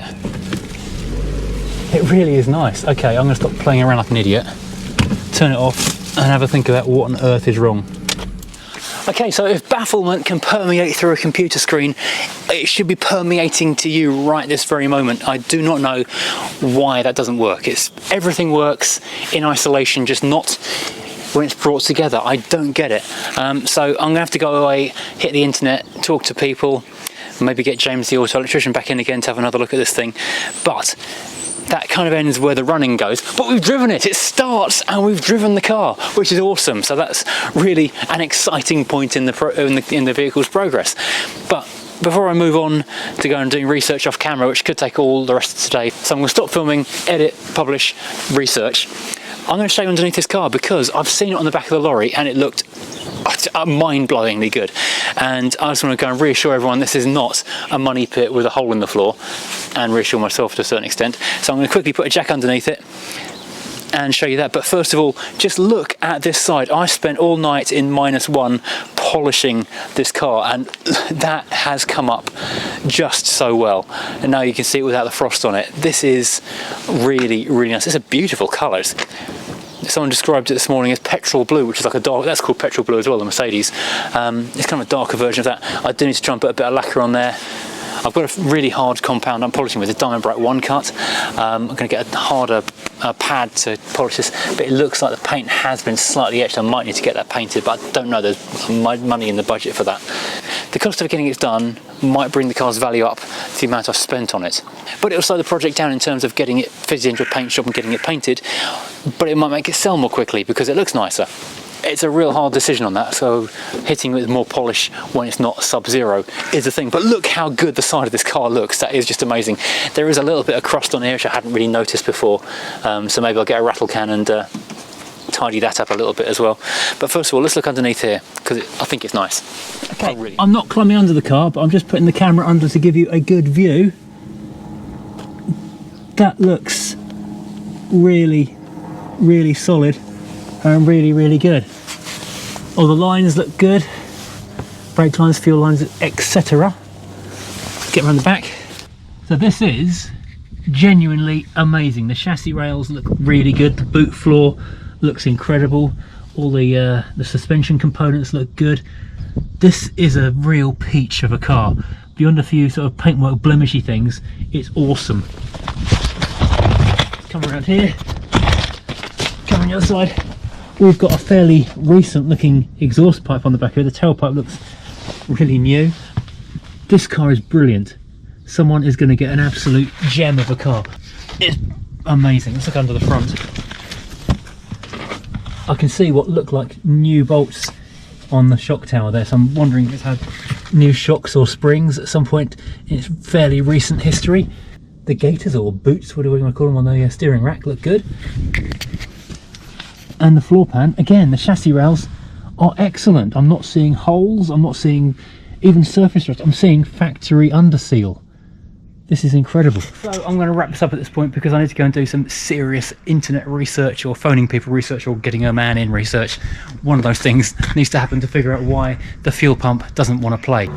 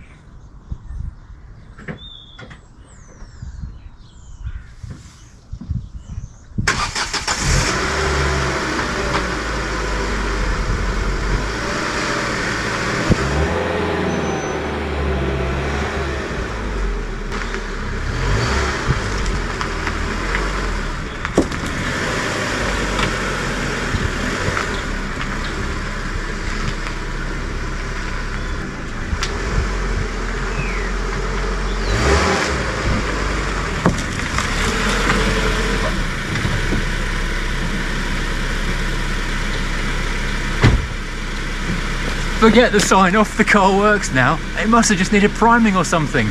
This is insane! The Mondeo lives, it works. It's actually a functional Ford Mondeo Mark II. Oh my goodness! Yeah! Yeah! It's running on its own fuel system now. The plug is back in. I'm not using the battery anymore. That is awesome. I can only assume it needed, I don't know, priming or something, getting fuel through it and getting the suck going. And that's running on the 5-year-old petrol, 7-year-old petrol that was in the tank, which is diluted with 2 gallons of V-power when I was faffing around originally. So that's, well, 20% V-power, 80% 7-year-old goop. Oh wow, right, okay. I don't need to waste my afternoon chasing weird electrical problems. I'm now going to go and order some more bits and pieces for it and then polish it some more. Oh my goodness, I am beyond happy right now. I hope this video is now radiating extreme happiness. Oh goodness me. Thank you for watching again, and join me again next time when we do, well, almost finishing touches, I guess, for this thing. That is so good. I'm going to drive it up and down the drive some more. Well, I can't drive it far, but I can take it as far as the end of the drive. There's a lot of tools in the back of this car rolling around. Oh, this is so much better. Okay, brakes probably need a bit more attention. That was closer to the Crown Vic than I would have liked. Ooh, brakes go straight to the floor. Oh, I've got no brakes at all. Okay, let's have a look at what I'm doing here. Okay, I can isolate the exact location where the brakes failed. So I don't know if this is a blown brake pipe or if this was master cylinder. Okay, so new problem, the brakes now go straight to the floor. So I'm stopping this on the handbrake now. That's a new issue which I was not previously aware of because it didn't move. So yeah, fun and indeed what I can only call games. And it's a frosty start today. We're bringing this car back from the dead, but right now it feels like I wish I wasn't, because it was -2 last night and everything is thick with frost, including the doors, the door handles, the locks and the doors that are frozen solid, so I can't even get into the car to begin working on this thing today. Well, I put some de-icer on the window rubbers, that made no odds, so now I've gone and got hot air gun. Try and warm this through a little bit. Not a good way to start a day when there's limited daylight and warmth. And hilariously, when I was moving the Rover 200 VI, without thinking, I just touched the electric window button, and guess what? It broke the mechanism while I was doing it, so now I've got to repair that mechanism again. I can't open the door, but I can tow it with a Freelander, so at least I can get to where I think the problem is and work on that. And then the sun can defrost the door, and I can sort that out later on. I'll put some silicone grease on that so I won't do it again. Okay, so this has been a slower start to the day than I had planned, but at least the car is now in a position where I can start working on it, because I think that the problem is going to be around here somewhere, because looking at the splatter pattern on the driveway, it appears to be this front right corner. So while the sunlight does its thing on this door, maybe defrost it enough for us to get back into the thing, I can start jacking it up and having a look at what's made a hole in itself. Using this thing, which is an amazing accessory. If you're new to the channel, this is like a little hockey puck with a slot in it from Draper, which sits over your pinch weld, and means that as you jack the car, it doesn't crush the pinch weld. Super duper handy. Now, my plan for today, as well as sorting out the brakes, is to do as many other pre-MOT service items as I can, so on Monday I can drop this thing off for an MOT and see, well, if it goes through or not. Now, one thing I'm missing is, yuck, a set of matching hubcaps. I am searching online for a set of proper Ford hubcaps. Someone has very kindly offered me a set of 14-inch wheels with good tyres on. Someone's also offered me a set of gear alloys, but I'd really like to keep it kind of as standard as possible, so stick with the LX wheel trims. But I am trying really hard to find a set of genuine LX wheel trims, because the ones that are on the other three corners are kind of aftermarket knockoff LX wheel trims. Oh no! So if anyone has a lead on a set of 14-inch LX style wheel trims for a Mk2 Mondeo, that's like 96 to 2000, I think, then give me a shout. Drop me an email. That's the best way of getting hold of me. I mean, it's not essential for getting the car running, but it would be really nice. And I will just mention that all the tools I'm using are on an Amazon affiliate link in the description down below. Well, that came off easy. In place, so we're nice and safe to go underneath the car. Let's look around and see what we've got. First of all, we've got, as I suspected, a new drop link here on this side, which is a nice sign of maintenance. We've got actually a really nice looking flexi hose. I thought that might be the obvious thing to be changing. Then we've got a original brake hard line. I can't follow that back, it's inside the engine bay and I can't get to that because I can't open the door. Then we've got a wet patch just there, so I'm going to guess that's from the brake fluid leaking. It's got to be up here somewhere, I think. Would you look at the state of this wheel here? So I can see what might be the problem on that front hose over there. It's a hard line going up into the bodywork, into the engine bay. It looks slightly damp, I can't see any damage though, but as I can't get into the engine bay just yet, I'll have a look at the back wheel as well, because it's definitely on the right hand side where the issue is. I will check all four wheels while I'm here though. Okay, here at the back we've got a fairly good looking hard line down to the brake hub. We've got a decent looking flexi hose. We've got dry looking brake line going under the car. It goes forward behind the axle, but again, all looks good. After quite a few minutes of, well, actual sunshine plus fiddling with the locks and everything else. Oh, I'm in, oh wow, okay, bizarre. No idea what happened then, but we're in, thank goodness. It looks like the driver's door is deadlocked. Yeah, it seems like the deadlocks have activated and won't come off, but at least I'm in through the passenger door. one door in, but into gear control. Get into the bonnet. Let's not put the key in there.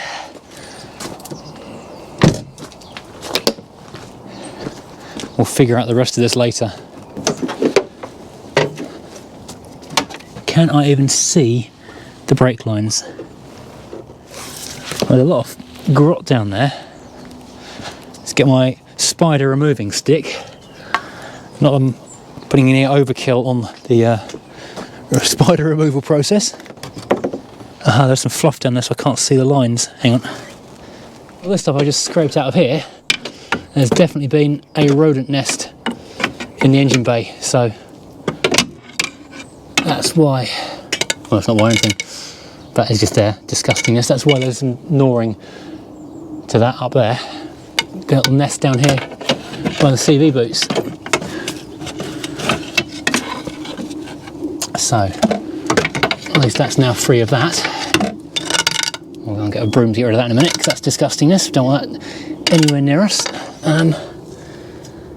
Brake lines though, need to follow that back. So that goes through just there. Where does it come out? Okay, I think I need to take this panel here off to go and find that. Right, let's get this panel off. See what we can see.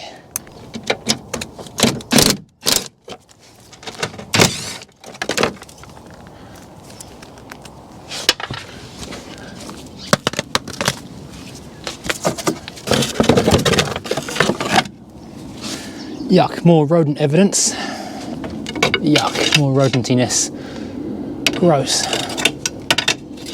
At least I'm finding this and getting out the engine bay rather than it catching fire when the car's on the move. There's a section here, and then it goes back across there, behind the steering rack, and then up into that mess of things. I think though, I don't know, that's the only place that feels rough. Filled it with fluid, pumped it up, and it's squirting out from behind the fuel tank. There's this straight section here that goes into the tank, just under or behind the tank just there, and comes out. Where does it come out? Back there somewhere. That's easy to get to. Not. At least it's a straight bit that's fairly easy to get to. I am going to have to put the car back on the ground and move it forwards because I can't work with it in this spot here. But at least I can actually roll it around now. The front end of the car is all fine. I'm not going to worry about anything being leaky or horrible down there, and I don't have to worry about any more rat's nests down here because I've cleared them all out.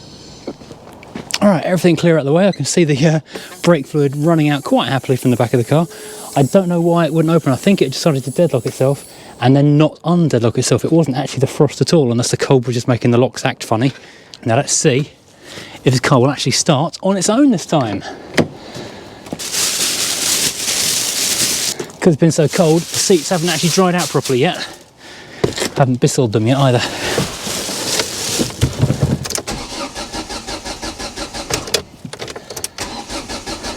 No. Someone commented or sent me a message saying that with these E-Techs, if you hold the throttle down, it doesn't start, but I'm nearly there.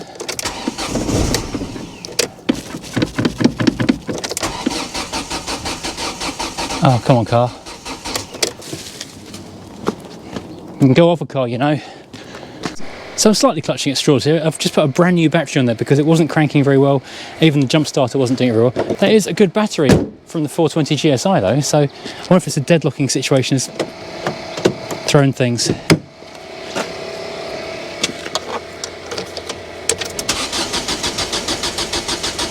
Oh, come on, you stupid piece of poop. Ugh. Why is the rear wiper coming on now? I haven't touched the rear wiper. Okay, we're going to have to hardwire this in again. Stupid thing. Instant start, no problem. I need to move it forward like an inch. Just to get enough room to get the jack behind it. That'll do. Now why on earth is that rear wiper doing stuff? Now, after the last video, there were loads of comments from people saying, had I checked the relays, had I checked the inertia switch, had I checked this? When James, the auto electrician, came around, he checked everything. He checked every circuit on the car in enormous detail. And people saying they thought I'd just opened out the connector by shoving the multimeter prongs in there. I didn't really shove them in there, I just kind of pushed them onto it, so it's not really as aggressive as people were suggesting. So no, there's voltage getting there, but not in enough power as people are suggesting, so maybe there's a bad earth somewhere else in the car. Anyway, we'll come back to that later on. I've just had a delivery from the local Motor Factor people. I was feeling so positive after the end of the last video when the car actually started. I went and ordered some antifreeze, a cabin filter, because that's going to be disgusting through there and I can't run my cabin vapor bomb thing without being clogged up. An oil filter, because I thought, you know, it deserves it, and a fuel filter, which is, well, down in this corner anyway, so maybe I'll do that today anyway. Now it won't start again. I'm feeling less positive about the thing, but let's get this brake line sorted out. Okay, so I have been looking further and further into the car, and what I've seen is there are actually two brake lines that run up here behind the petrol tank. They both have a union up here as well, which is useful, and they both come out in front of the car, the tank as well. Just need to work out which one is actually the problem. I thought I was going to have to undo these very tight, rusty unions up here by the wheel, but I don't. Just need to work out which one is leaking. A steady drip of fluid here to maybe give me a clue. Yeah, it's this pipe here. Wiggling this one, it's this one, which is thankfully the lower one of the two. So I guess it's gone probably where the clamp is actually. So I'll cut that off down here and I'll bolt it up there, and then hopefully it'll be an easy repair. I was going to say this is going to be an absolute nightmare to do because it's so hard not on a ramp, but thankfully I've got quite a high jack here, so it might be alright. I suspect you won't be seeing much because once I get my hand in there you won't be able to see a thing. But yeah, that's a 13 I think, and a 12 probably. And I've put some Bulldog on there to try and loosen the bolts up, the bolts, the nuts and bolts, the connection. And before you comment saying this would be easier with brake line spanners, I'm aware of that, but guess where they are? Over in the barn. I've got my goggles on. Safety third, folks, safety third. Let's try an 11 on that. That's better, yeah, that's, oh, actually freed off, blimey. Thank you, Bulldog, and thank you, not rusty car. Now where's the brake cutter? The line cutter. Oh, right. So this one, I'm going to cut. Well, it's going to be tricky to get a thing around it.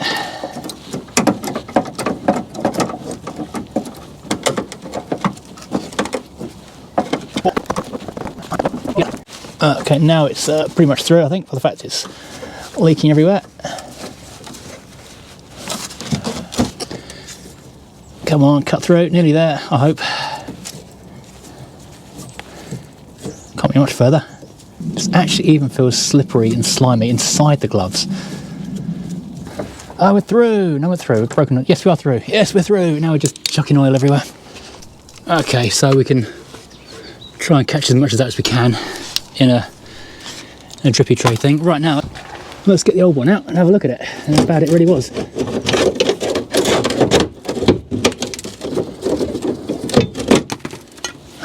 Oh, it fell in half, so that's pretty bad. Yeah, rusty as a... rotten as a pear, I think you phrased there. So, yeah, I'll make a nice new one that hopefully is not rusty. Interestingly, this is exactly the same failure as the W123 had in its brake and fuel lines. Wherever it went through clamps holding the lines to the chassis, it rotted through just there. So when I tried to turn it on, it gushed petrol on the floor. When I tried to stop the car, it gushed brake fluid on the floor. Interesting, things never change.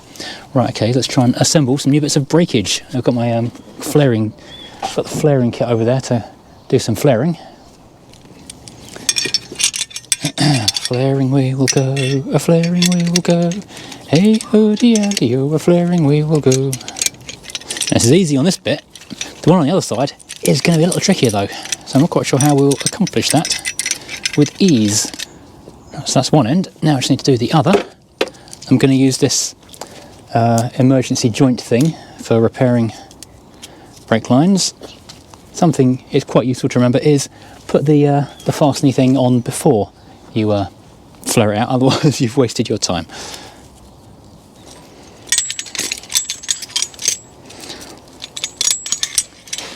Just for a second I thought I'd not put it on there. Huh. So let's make sure that does actually work. Yep, that is good on that end. Now the difficult one is going to be flaring out the one on the underside of the car, because that's going to be really tricky to get to. Quite a lot of brake fluid has fallen out in the meantime. Right, this is going to be deeply unpleasant. Oh, globbits. This is where I'm going to decorate the inside of my sleeve with a lot of brake fluid, I reckon. Why is everything so much harder when it's not only in reverse, but stuff is running down your arm, which makes you want to not be here.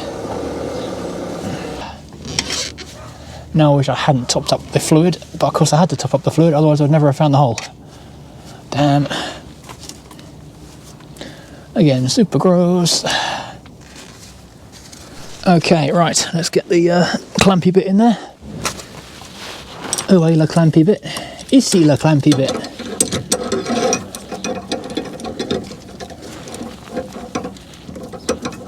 Okay, yep, that's good. Okie dokie. Let's feed this one through here. Plunking it into various items along the way. Wow, why don't we go through?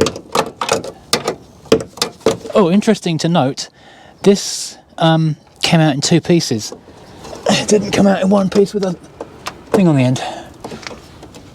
Okay, that might be an issue. Might go through narrow end first though.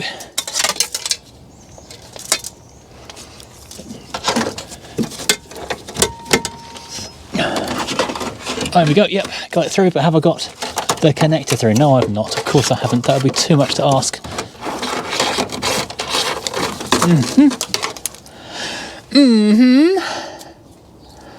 Am I going to have to cut the end off and remake it? Oh, I think I might have to, mightn't I? Isn't that fun? Or can I? Okay. Yeah, I think I can. I can squeak it round through. No, I can't.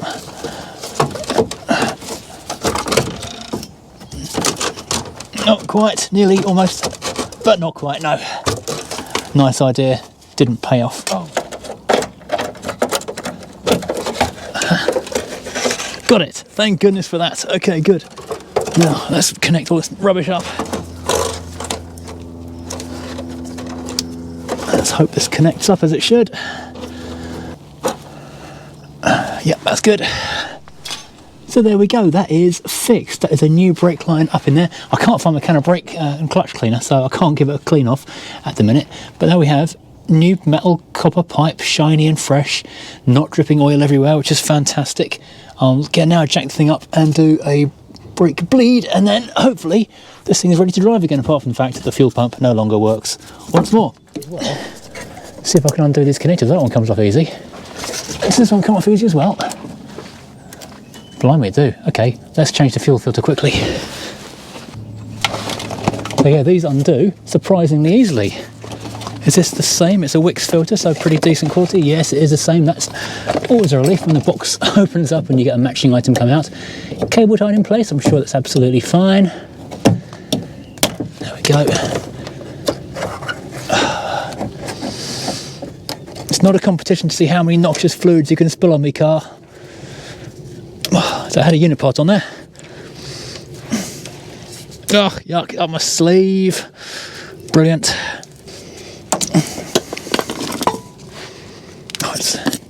Oh God, it's everywhere. Whenever I do Peter Griffin, I sound more like the alien in American Dad. I don't know why. And now I see why that was cable tied.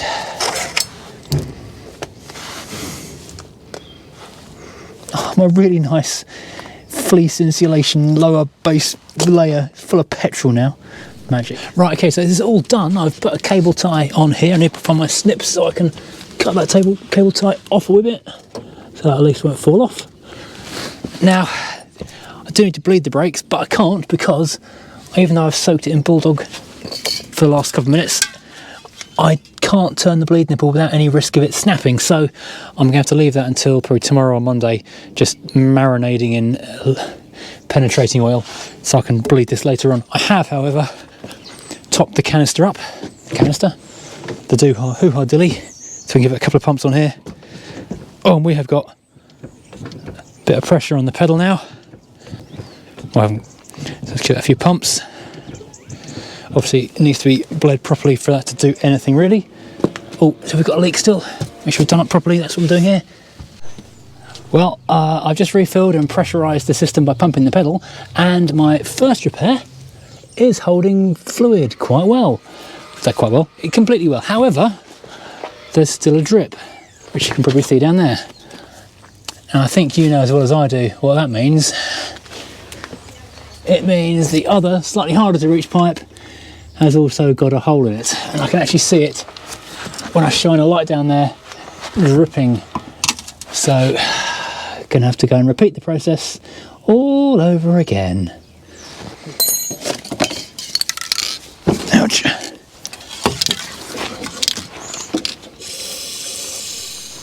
So currently I'm being stopped by a 30-year-old plastic clip that will not undo.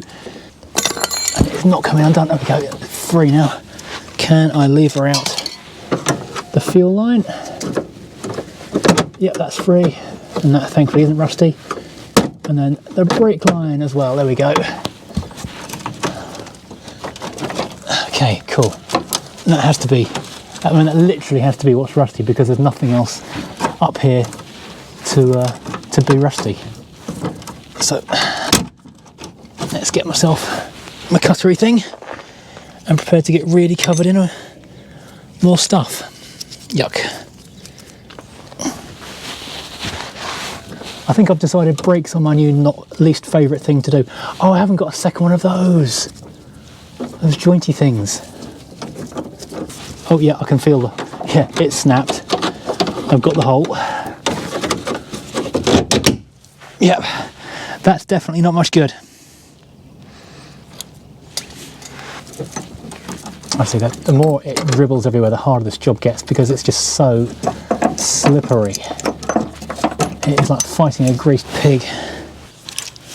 It's really hard to hold on to this stuff, and the temperature is suddenly just dropping dramatically while I'm out here.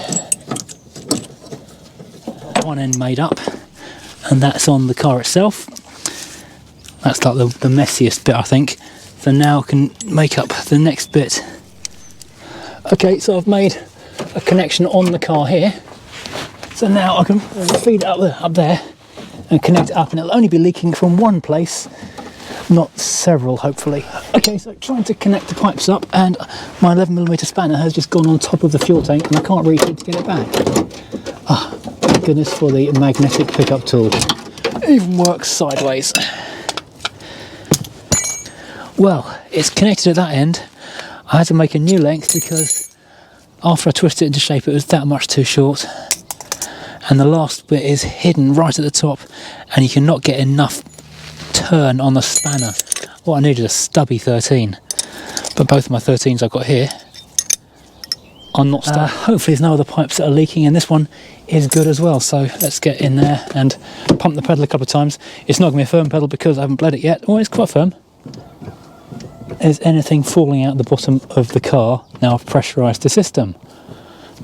I'm expecting a couple of dribbles maybe, but hopefully nothing more than that. Well, that looks dry. Yep, that's good. And oops, this one also looks dry. Hooray! So we no longer have leaky brakes. So we've got good ones just there, and we have got good ones just there. Excellent. It's too cold to worry about bleeding them, and I do need to leave them, the bleed nipples soaking in Bulldog until tomorrow. Look how cold it is. The Crown Vic hasn't even defrosted at any point today. That's how chilly it is. Now I can just quickly change the cabin filter. This will hopefully only take a couple of minutes because there are just 2 Phillips head screws, 2 Torx screws, and then we lift the whole thing out in one easy move. I want to do this because I expect it's going to be full of mould and disgustingness, and I can't run the interior vapor bomb until I've done it.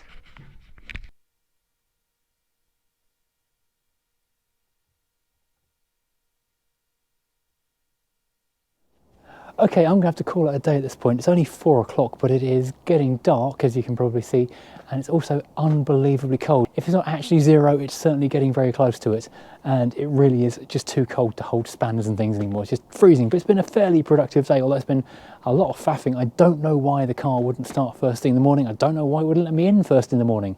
I thought it was frozen locks, but it seems like it deadlocked itself and didn't want to undeadlock, so I'm not going to lock it tonight because that's just a pain I don't need in the morning. And I'm wondering if that deadlocking situation is why it wouldn't start the fuel pump. Anyway, we'll play with that game another day when it's not ice cold. We've done a bit though. We've replaced the leaking brake line, so hopefully when we go over to the barn and go and get the Easy Bleed kit, we can actually bleed this out and have functioning brakes again. The Mouldeo! The Mouldeo. Now you might be wondering what happened to this project, because last week, a mere 7 days ago, I was pumping out video after video. Every other day pretty much we put out a video on the Mouldeo, making great progress on the thing. I think we put 4 videos in a week. I was loving making it, you guys seem to be loving watching it, and the car I think was quite enjoying being fixed. But then the temperatures just didn't rise, and it's not got any better all week. Today is Thursday. I had to drive down to Southampton, so for the first time since it snowed I dug the Mercedes out, and the dashboard on that said -5 when I left this morning, and by the time I hit the motorway it said -6. I mean, I'm standing here shivering in the afternoon. The sun is technically out, but it's still at freezing point, so nothing has defrosted in a week. This is the 200 VI, which I need to move before I can get the Mouldeo out. Crown Victoria is looking very sorry for itself. That's finally visible. You can see the side windows at last. And the Mercedes also looking terribly sorry for itself. Right, I suppose I should do something. Might drink more coffee. Well, first thing, now I've dug out the big pile of snow that was in front of the 200 VI. See if we can get into it. There we go. Now is a 25-year-old Rover better at starting than a 20-year-old Mondeo?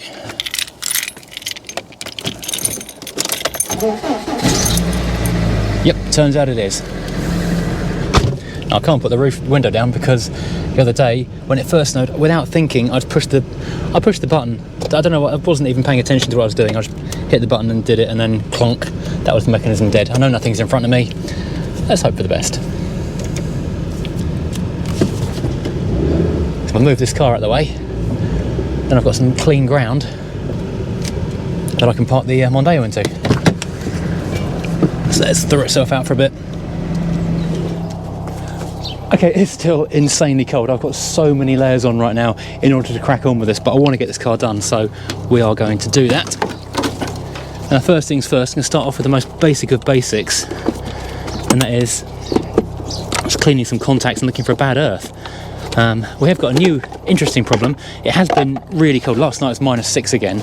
Yesterday I was driving the Mercedes down to go and get some bits for this car, and I saw -9.5 on the motorway. I've never seen that temperature in the UK. I now have the issue that I've opened the door and it will not close again because the lock is frozen. That's a new one I've never previously encountered, so that's fun and exciting. Isn't that interesting? Right, so earth problems. Got some electrical contact cleaner. This one here is, I believe, the offending item for the fuel pump. I did do a swap with this relay and another relay, but what I will do at this moment is give it a wee black with contact cleaner and in its own contacts, and give these contacts a little bit of a clean up as well, just to give it a fighting chance. Onto the other relays as well. I had a similar problem with the Rover 400 because I couldn't get the tail lights to work properly. The brake lights wouldn't work. I could not work out why nothing was working. It turned out all the fuses, they looked good, but they just had bad contacts on them. Let's do all of them, just for the hell of it. Oh, I found a way to make things even chillier, and that is to put an aerosol spray can onto your fingers. Brilliant. Well, that didn't work, but Next on the list is the fuel pump end itself. Now, I don't know if I need to say this or not, but I'm probably not going to do much polishing on this car today. But apparently it might hit 7 degrees centigrade next week, which would be a huge relief, I have to say. Right, so let's give this all a blast of cleaner down there. And likewise into the pump end, through the plug end. Now we have ourselves a earth to the tank down here, which also could do with a clean-up.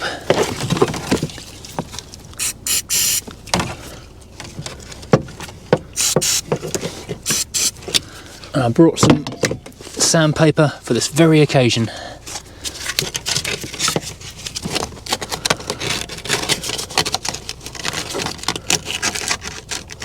Oh, that's a better connection. Let's give that a whirl. No, nothing. Bum. So I've got the pump hooked up on the battery in the back. I did have a bit of a scare for a minute because the battery I was using had gone flat, which meant that nothing happened, and I thought I'd killed the pump somehow. Neighbour's going out, so I have to wait a minute to move the rover back again. And we can roll the thing forward and get easier access to it. There we go. Yay!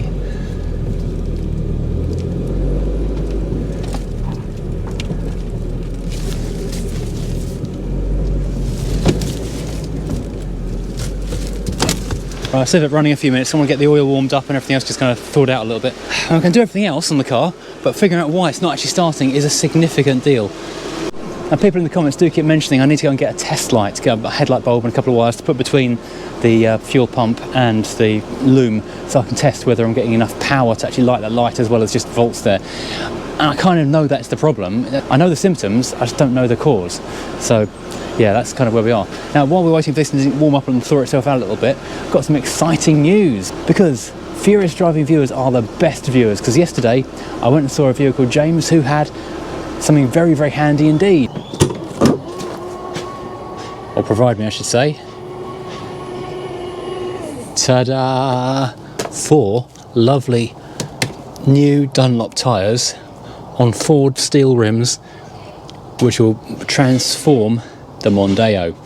It is also an illustration of how much better Mondeos are than any other car on the road, because they barely fit in the back of here, and I know for a fact that they will be swallowed by a Mondeo hatchback with absolute ease. These tyres, although they are a good brand, this is Goodyear on the front, but you can see this ring is, I don't know how it's even holding air, to be perfectly honest, but these are all new Dunlop street response tyres, which are correctly spec'd for a Mondeo. Fantastic.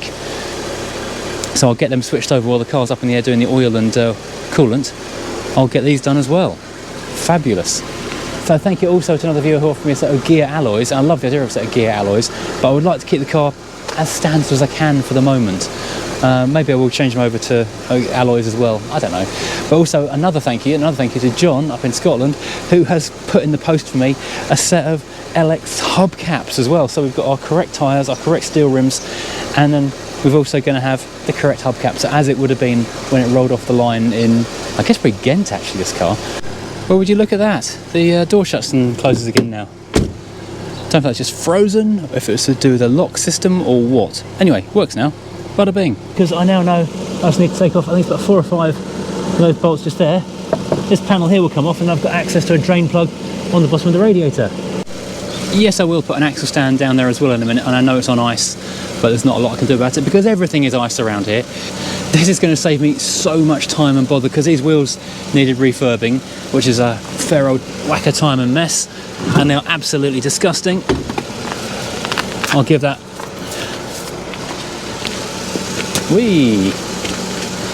I'll give all this brush and a clean up before I put the new wheel on, but I mean, look how much nicer that is. Genuine Ford, genuine nice, so much better. And more importantly, no spiders. Yeah, that is an instant improvement on that corner. Follow that with. Oh wow, does that not look incredible?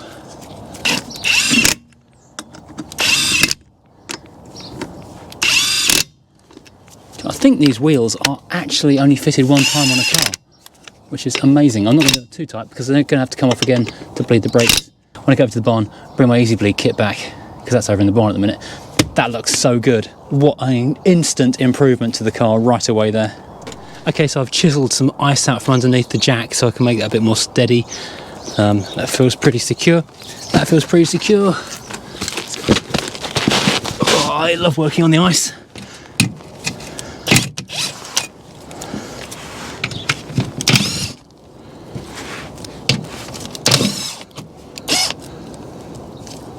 Three of those, and two would appear to be a T25. Or possibly a T30, but T25 does the trick.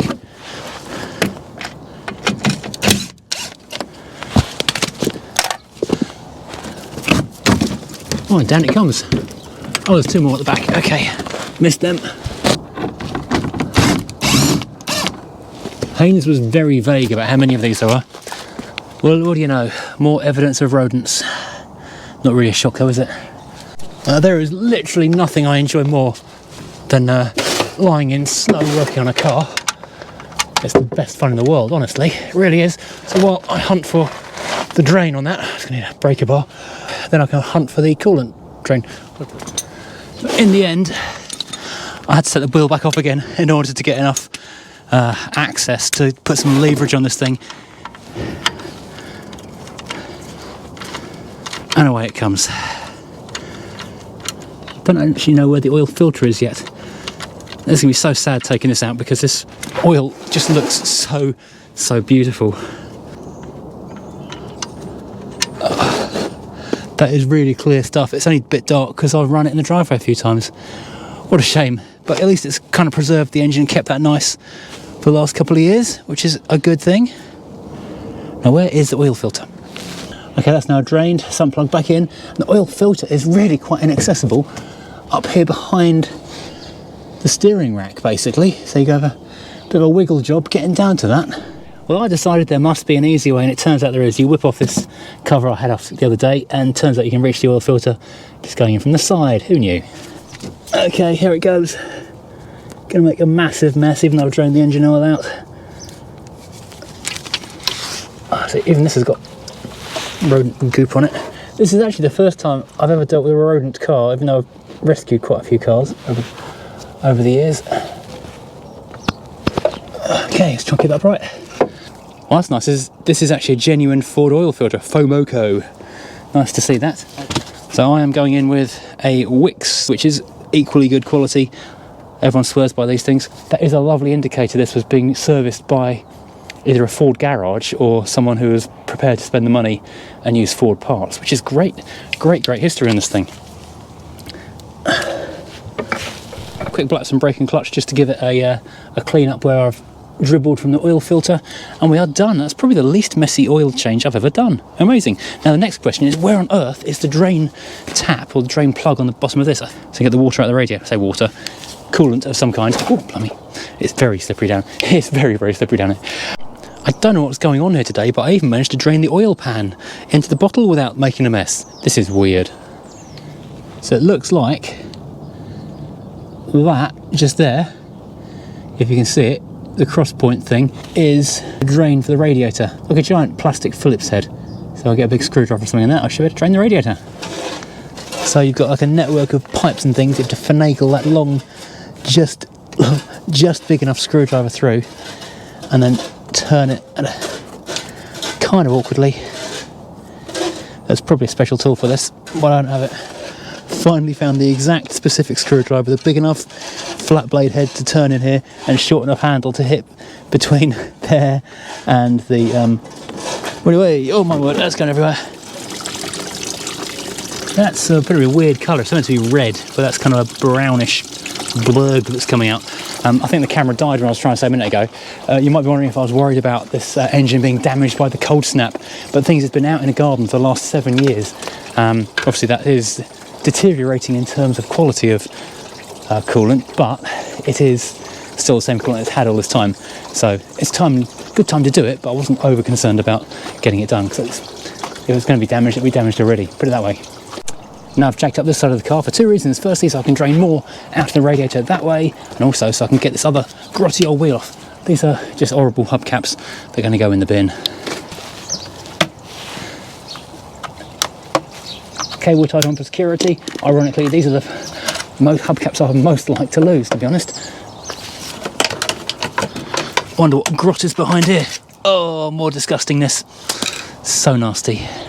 I do need an inflated spare tyre, so I might hang on to whatever's the best of these in order to put a spare in the boot. Just look at the tread on these tyres. You can see how well maintained this car was. Just a shame it sat for so long, but at least it was preserved before it parked. So I've brushed all the, well, most of the goop off this thing, so it looks quite tidy and not spider infested. Bit of a dribble of good old Bulldog BDX. This stuff is absolutely the bomb. It's the best lubricant release stuff you've ever come across, but way better than the usual brands. And we can also have a look at this. We've got so much pad material on these brakes, and these discs look like they were brand new when the car was parked. This guy must have spent an absolute fortune at a Ford main dealer by looking at the parts that have come off before he parked it. He really did care about this car, didn't he? Oh, look, Motorcraft struts as well. Everything on this car is Ford. That looks a little less new than on the driver's side. I don't know. The brake flexi looks nice as well. Everything on this car looks so good. The only thing really wrong with it was those brake hard lines at the back of the fuel pipe, over the fuel tank. But I've been told several times now that is a major failing point. Even reading the buyer's guide on these things now, you always look there for leaky brake lines over the fuel tank, because that's where they all go. Fascinating. And again, that just looks so very, very good indeed. What a massive improvement, having a grotty wheel on the car. And a beautiful tyre. Tyres are like newly polished shoes. Clean pair of shoes transforms the man. New pair of tyres, new set of tyres transforms the car. Let's go and grab that coolant out of there. Screwed the thing back in the bottom, so hopefully it won't leak. Then we can move on finally to the actual serious problem of why won't the pump run. Now this was actually given to me for a junk in the trunk, which is I'll do a proper reveal on it in a couple of days' time. This is a, how does it work? Flexible funnel. So when you've got an awkward shape, you can just pour it straight in there and not make a horrible mess everywhere. All my funnels have got oil on them. There you go. And that looks so much better than the stuff that came out of here. I'll go quickly read up on any airlock burping sequence I need for this car. I know on the K series you have to be so careful with a couple of different airlocks, running it until the bubbles come out. Quite heavy. So we're looking at this final wheel well. Oops. And again, a little bit more crust on the suspension components, but other than that, everything looks really nice. We've got another good brake flexi. I can see the Ford logo or FOMO logo underneath there. Everything looks really, really good. Bit of a, oh, that bush on the bush on this anti-roll bar is a bit tired, but I don't know if that's an MOT fail or just an advisory just there. Either way, it's something to look at in the future. But all told, this looks really good. Let's lube up the final brake bleed nipple down there and whack another wheel on. So there we have oil and coolant changed, under tray back on, all good to go. Now, just need to figure out why the fuel pump won't work, and then we're done. Save the easy bit for last. Last wheel here, and boy does this look so very good. We already know what this corner of the car looks like, as we've had extensive time underneath here. That just looks so good. What a simple but incredible transformation from rusty old crudfest wheels with cracking old tyres to shiny new tyres, shiny new rims. What a transformation. Now I'm going to sweep that snow off the back of the car and show you something quite incredible. Check this out. The load space in the back of this car is just immense. Once the broom's at it, it'll all fit flat. But you saw it had to be stacked vertically to fit in the back of the C-Class. And here you can lie them all virtually flat on the floor. Ridiculously sized boot. It's huge. It's brilliant. Does need wet backing out though. Now someone did say, hang on, let me find the thing I need, that if feel the relay as the key turns. I should be able to feel a click inside it. Give it a turn. Yep, I felt the click, so that is sending power. Brilliant, thank you. So that's a good thing. That means that the key is working, the immobilizer is working. That is then sending power down through the car. Well, at least to this point anyway. That is switching the circuit. So that means the circuit is broken, not the electronics, which is probably an easier fix, to be honest. Right, now, lots of people have made the suggestion that to check that I'm getting enough power through, not just electricity, but volts, but power. I've put a headlight bulb on the back of the fuel pump loom and see what power's coming through there. See if it's enough to light a bulb. First of all, to recheck this. I'm not shoving into the connectors as some people thought I was doing, I'm just touching them on there. Oh, I'm getting nothing at the moment, that's interesting. I was getting 12 volts there before. This opens up a new can of worms. Let's lock and open the door again.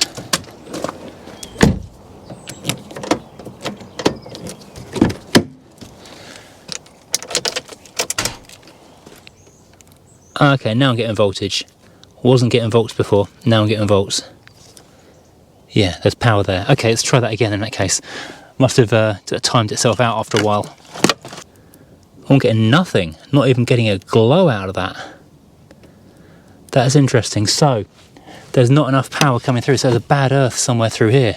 If that's as simple as that circuit suggests it should be, because I know that when I connect it up with the battery, it just runs off the 12 volts quite happily.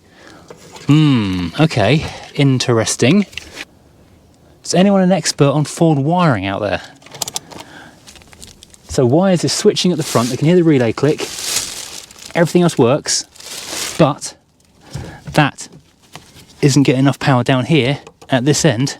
I've cleaned up the earth down there, not I think we need it, but yeah, there's just no power coming through to there to start the car. Okay, weird thing happened then.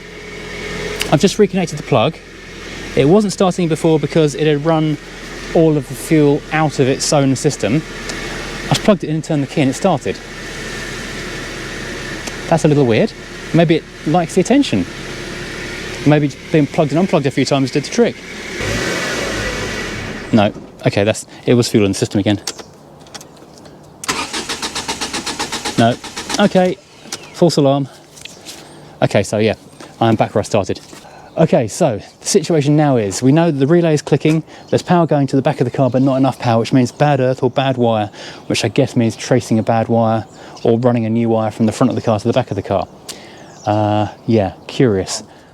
Okay, the first test is, have we got a solid earth coming through? Because it's earthed via the loom, not directly to the body. So if this wire has been chewed at some point during the car's bodywork, come loose, corroded, eaten by a mouse, that's not going to work. So Scotch locked, yes I know they're the work of the devil, but they'll do for now. Scotch locked an earth from there to the door latch. Oops, let's connect that better. Let's see, let's lock the door and unlock it.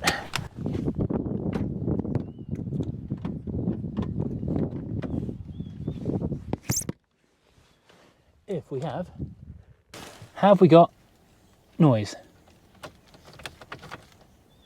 I'm thinking no. We do not appear to have noise, but we've therefore got a good earth. Well, that's one thing ruled out. We'll move on to the positive side then. Just to be sure, I've even just rerun the test using clamps and a more direct connection to the earth wire, just to make sure. Still nothing though. Well, here we go, test number 2. I think I found the problem.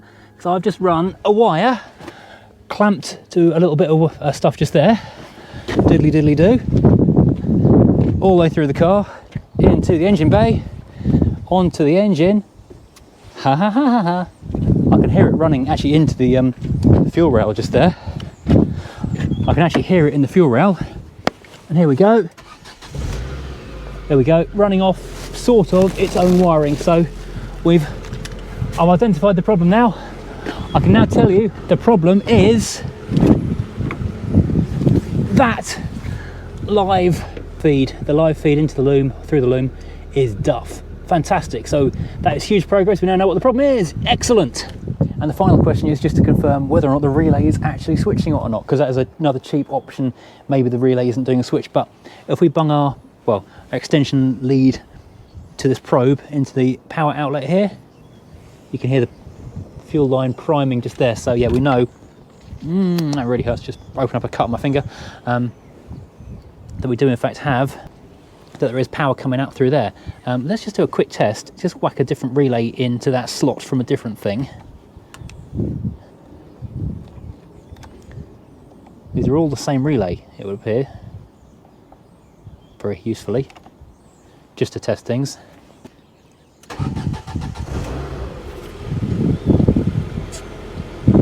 And that's just running the fuel down.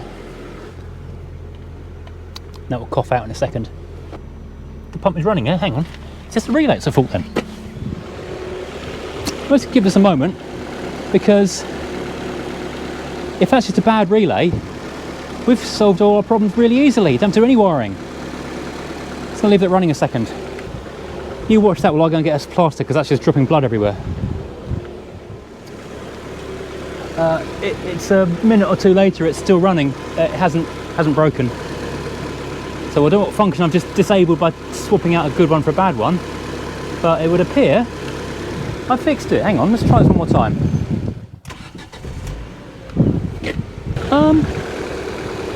I think maybe it's just a bad relay. So even though it was clicking, it wasn't making a complete circuit.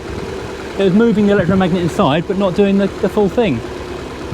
Is that dying? Are we about to die? Make a decision. Live, die, live, die, live, die. Where's the throttle on this now? I can't see it. Oh, there it is. Oh, I can't get my finger on. How do you manually doodah these?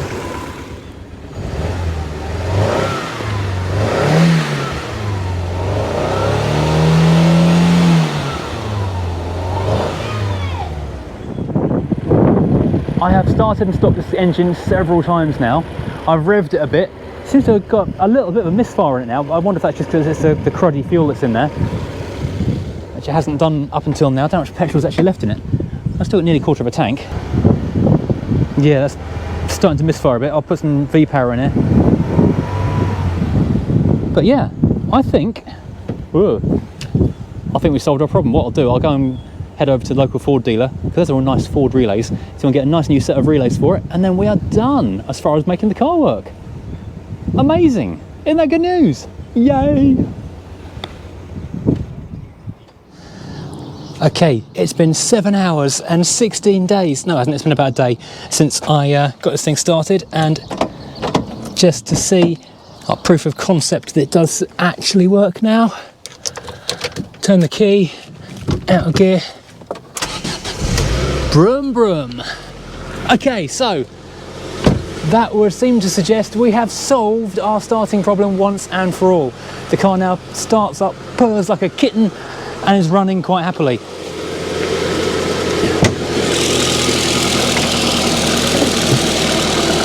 So yeah, there were literally hundreds of suggestions about what this could have been, whether it was mouse chewed wires, bad earth, bad live, just so many things. Lots of people suggesting the relay, and as it turns out, it actually was the relay.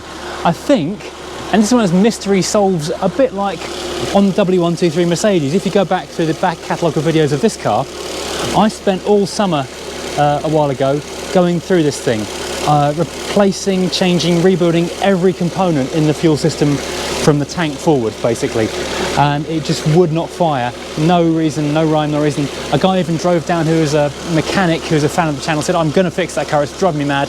He spent an entire day on it, he couldn't do it.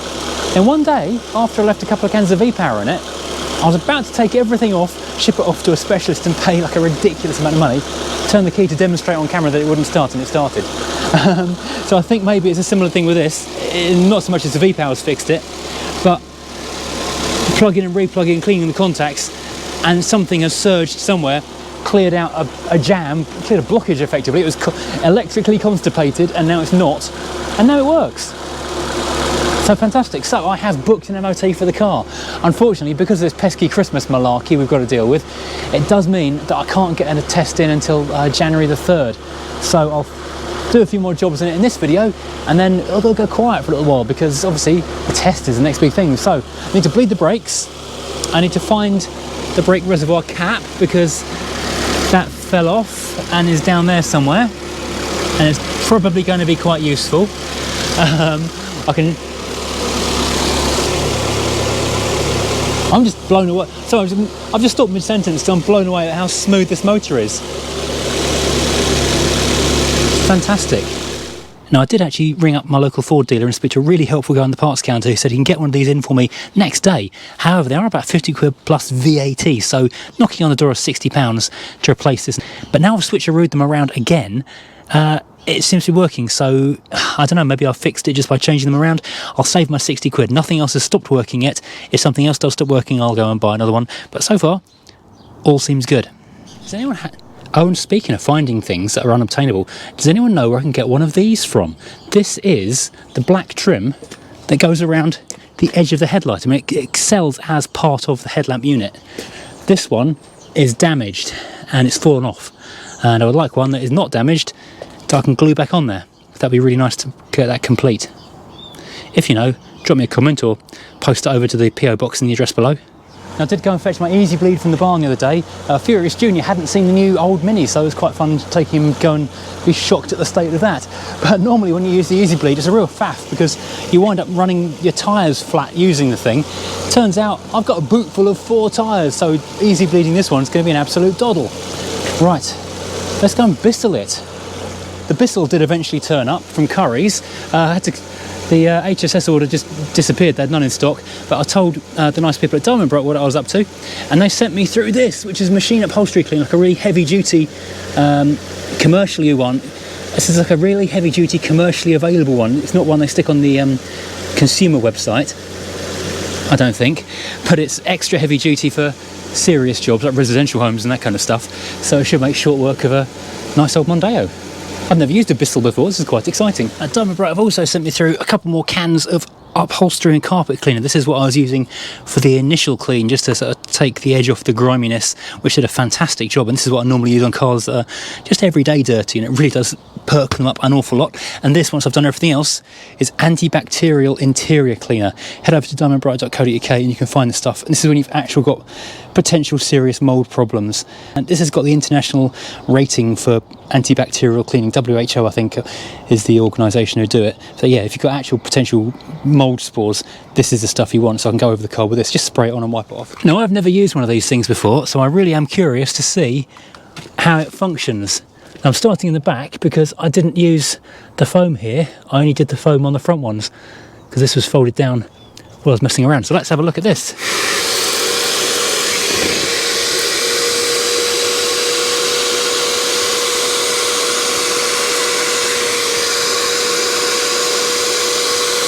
Wow, I know it's obviously damp, but look at the colour change on that.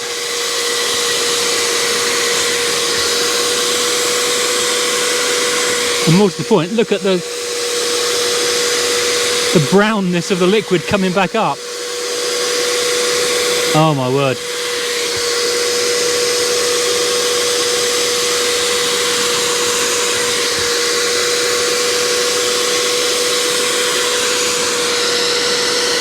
Rescue that lovely velour. I know there's a lot of dog hair in this car. I now know that is from a dog called Susie, who used to ride in here.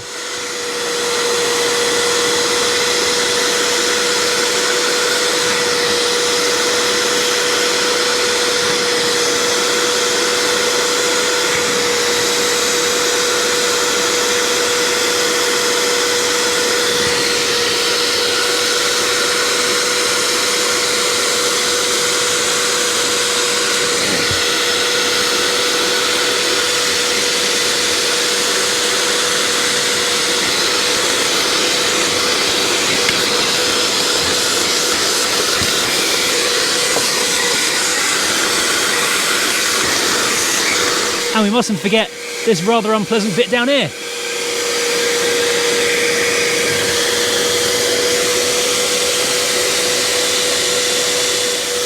I'm doing a half and half for you down the centre line, so the driver's side will be all nice and fresh and the passenger side will be as it was, so once it's dried you can see the difference.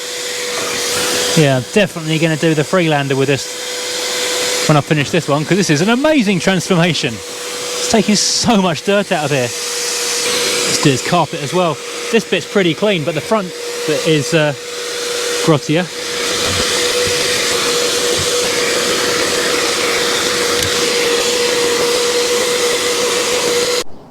So this is what has come out of the back seat. That's just literally one corner. One back, one squab, and a little bit in the bottom there. And I'll show you once it's dried the difference between left and right on that rear bench seat. But this is the dirt it's lifted out of one rear bench. Can you see that? That's just mud coming out of there. Disgustingness on an insane level. That's so lumpy you can virtually taste it.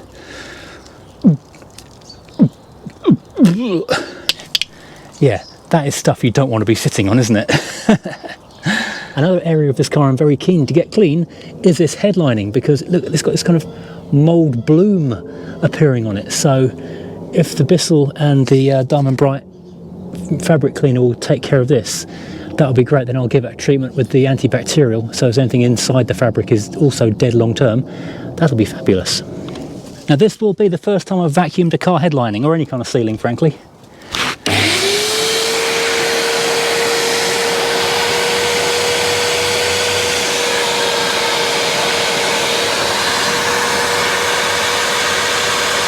Seems to be doing the trick.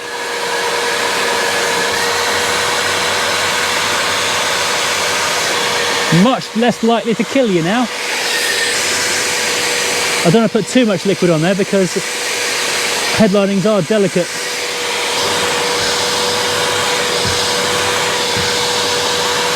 Oh, I've made it bag. I was afraid of that. That's the one thing I was really worried about. It's gone baggy, taking the adhesion. Damn, that is the thing I was actually worried about happening. Having cleaned it, taken the mould out, but it's cleaned the adhesive out the back of it as well, so now it's sagging. So now I need to deal with that. Damn.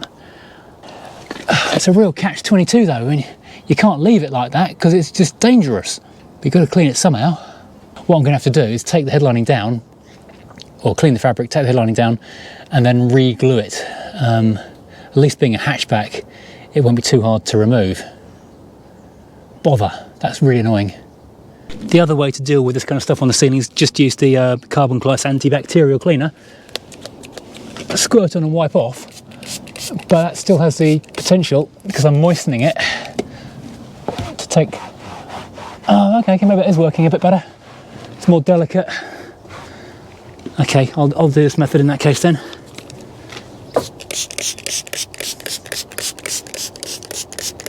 I might be able to inject some adhesive inside the fabric by pulling off those little, if I remove these. Oh no, it doesn't work. Anything touching the ceiling is just taking the headlining down. Damn it.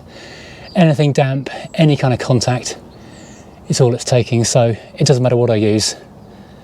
Because this is like the most delicate way of cleaning possible, because I'm literally just spraying on a light mist and then rubbing it with a cloth. And if that's too much for it, there's no way around it. It looks like you're doing okay, and then a second later, down it comes. Oh, bum. Okay, well, I'll go in with the cleaner in that case then, because it's still coming down even with this, and the cleaner is doing a more thorough job of getting the stuff out of the fabric. Oh well, I've added another job to my list. Yay! These spaces you wouldn't think are going to look dirty, but then you get to the side of the driver's seat.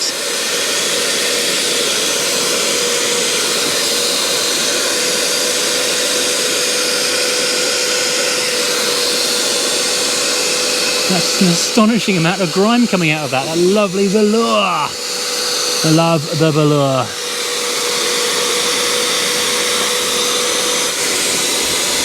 Oh my word, look at that. That's so satisfying. ASMR for car geeks.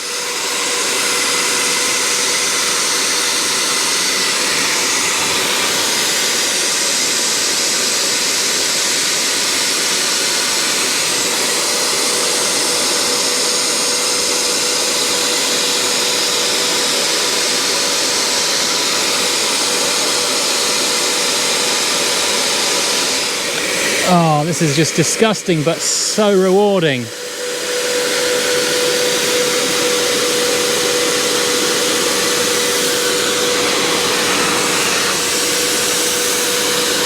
I've been sort of debating whether to do taking the headline down as part of this video or roll it into a second video all of its own.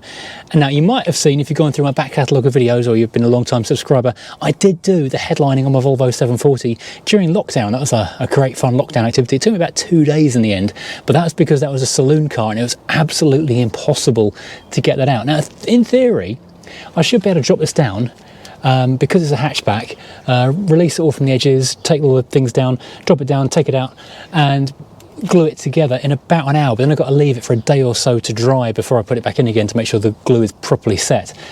That's if all goes to plan, and then it's nice and quick. Probably 2 or 3 person job putting it back in again because you don't want it to be drop and get damaged. Yeah, I did it all on my own in the Volvo and it was an absolute nightmare. There's some proper comedy gold of me lying on my back in the middle of the car using all 4 limbs trying to squeeze it in and click it in and then use my nose to try and connect it all up again. Yeah, so I think on balance, because there's a high probability of this going horribly wrong, I'll save the headlining for another video over the holidays, because I wasn't planning on doing really any more videos after this until the MOT. But you know, I guess we get a bit more content out of this car. This is the gift that keeps on giving. Oh well, right, let's keep on cleaning these seats. Right, okay, here we have the 50-50 split, the before and after on the rear seat. What an astonishing difference that Bissell made. Not sponsored, bought it from Curry's. I've got a sale price, not so a slight discount, but you know, my own money. That is just remarkable. That is the grime ground into this seat previously, and this is with it done. That is just night and day, totally different colours. And you can see this split down the centre of the velour bit in the middle. It's just totally different, totally different. And you can see I've done the carpet, just a little quick go on the driver's side carpet and then passenger side carpet as it was. Still need to do the door cards, obviously need to do that side, need to do the passenger seat. I've started on here, we had to pop out for a few minutes. I did have to pop out for a few minutes, but I've made a start on the driver's seat. This bolster looks amazing, the sides look good. You can see where I ran out of my last tank of water and stopped. Like a nice clean stripe there next to a dirty stripe just there. Huge difference, and that is basically going back to brand new. So this is astonishingly good. Really am pleased with how well this car is coming up. It is basically coming up like a brand new car. It's so nice. It's going to be hard to part with this thing after Christmas, but it's, you know, hopefully going to go to a good home who's going to appreciate it, because this is basically an emerging classic. It's no longer just a cheap runaround type thing. This is basically a future classic. I mean, when did you last see a Mk2 Mondeo on the road? I don't remember seeing one in a long time.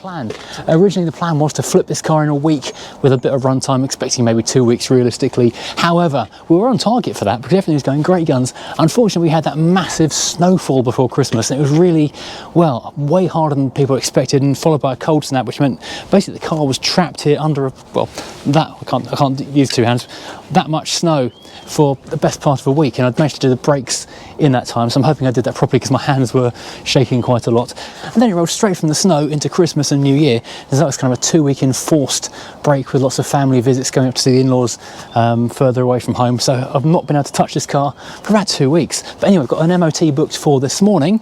Last night, couldn't really video it. I tried to video it, but it doesn't really show because it's all misted up on the inside. I have cleaned the windscreen and there's some B-roll, but you can't see a great deal of it. I have just secured the battery because I hadn't realised, or I've ignored the fact that the battery clamp is broken. You can pass the MOT with the cable tie. I've done it more times than I care to admit, but you know, because as long as it's secure, it's fine. My only real concerns are the brakes, because although I've bled them, they do still feel a little bit spongy. But I've done the best I can with the Easy Bleed kit I've got here at home, and it's a bit meh. So maybe I might have to ask the garage to re-bleed them for me, and that'll be an okay pass. But currently we have a new problem in that we have the ultimate security system of a dead Land Rover, which the battery having sat for 3 whole days, this wasn't a bad battery as far as I knew, wouldn't even unlock the car.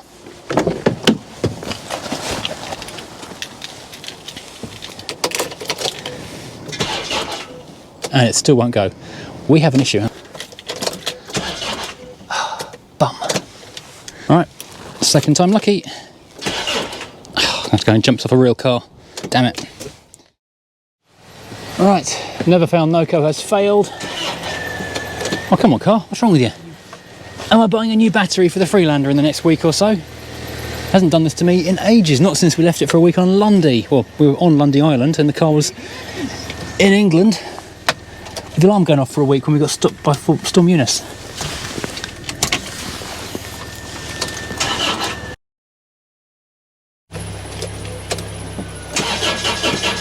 Oh, nearly. Come on, car.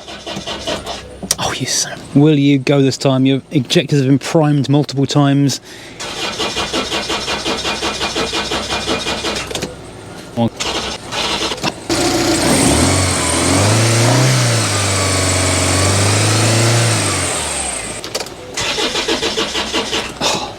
I think 200 is not enough. I'm running out of time. I'm going to get the Crown Vic involved here. I'm hoping that with its bigger 4.6 litre V8, bigger alternator output and that kind of stuff, this car might have more luck at jumping the Freelander.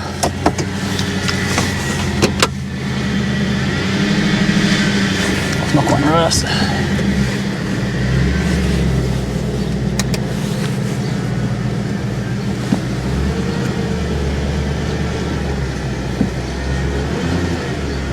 At least I can see plenty. Oh no, wait, I can't see a damn thing.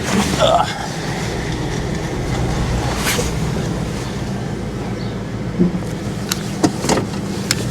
Hood is down there. Right, if this thing doesn't boost it some juice, I don't know what I'm going to do. Because the Freelander's a tiny step out of the way car, although I imagine the Crown Vic can probably haul a fair thing.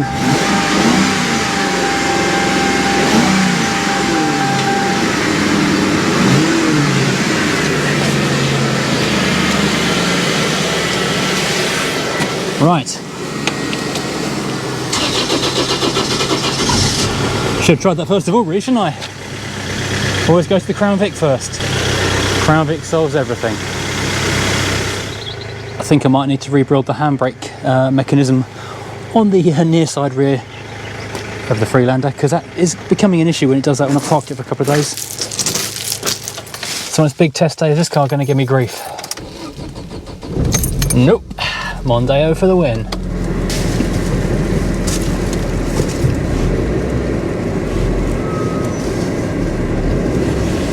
Feels like the brakes are sticking a bit, to be honest though.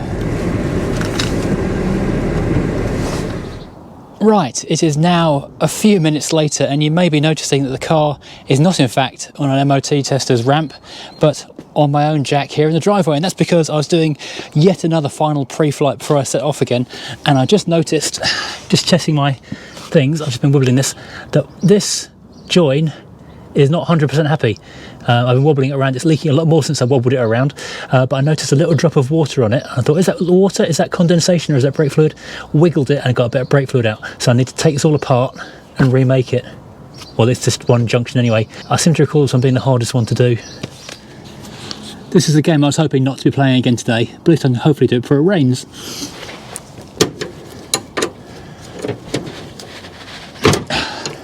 I've undone it. Thank you for the tip about the someone pushing the brake pedal down. It's not quite got a big enough lip on the bottom, and that's why it's seeping out a tiny bit, so I was going to remake it. I might have to cut the end off and redo it, but yeah, we'll have that sorted in a second.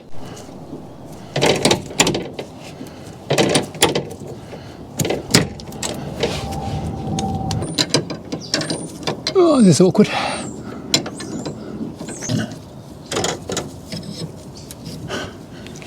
Let's get this thing all bolted back in. And guess what? It has started raining. Oh, this is awkward. I need more coffee. A coffee and a full price lift. Okay, I think that's a better deal there now. Let's rip the hammer off there, and then I get to reblade the brakes again. I'll let you know. Okay, we are out on our first ever drive in the Mouldeo, which is going, well, relatively well mechanically. Slight problem, I thought I'd walk the dogs back from the garage of a nice long walk. Unfortunately, because there's no dog guard, they immediately, as soon as the car started moving, leapt over, and they're now on top of Furious Jr. in the passenger seat, who can't see the outside of the car anymore. So, yeah, all good. But yeah, we had a bit of a long conversation with the insurance people this morning, getting everything sorted out. In the end, I had this and the 1969 Mini to my group policy. It was only about £115, so pretty good value really.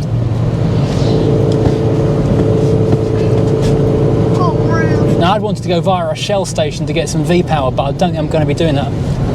Let's go up this way. He keeps sniffing me in. I can smell all the spiders in here.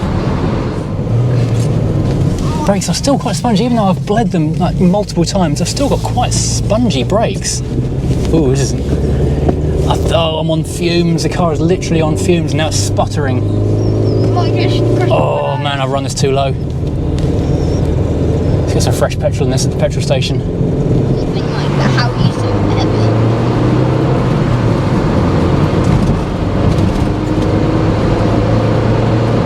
Right, we've got some premium petrol in this thing now, so it was running on absolute fumes before, so another couple of miles to the MOT place, and then hopefully that will have sucked some good premium fuel through, so a good emissions quality test. Got the catalytic converter nice and warm. I might not be able to do it straight away, it might be a little bit more wait before we can do it, because obviously we missed our slot by several hours, but we did ring and say they were coming, so they were juggling stuff around. But let's get the car in there. Fingers very much crossed, there's no wood in here to touch. For a walk. Get these dogs for a walk. So, it's the next morning and I've just collected the Mouldeo from the garage where it suffered a negative pass, which is something of a recurring theme in my life, I find.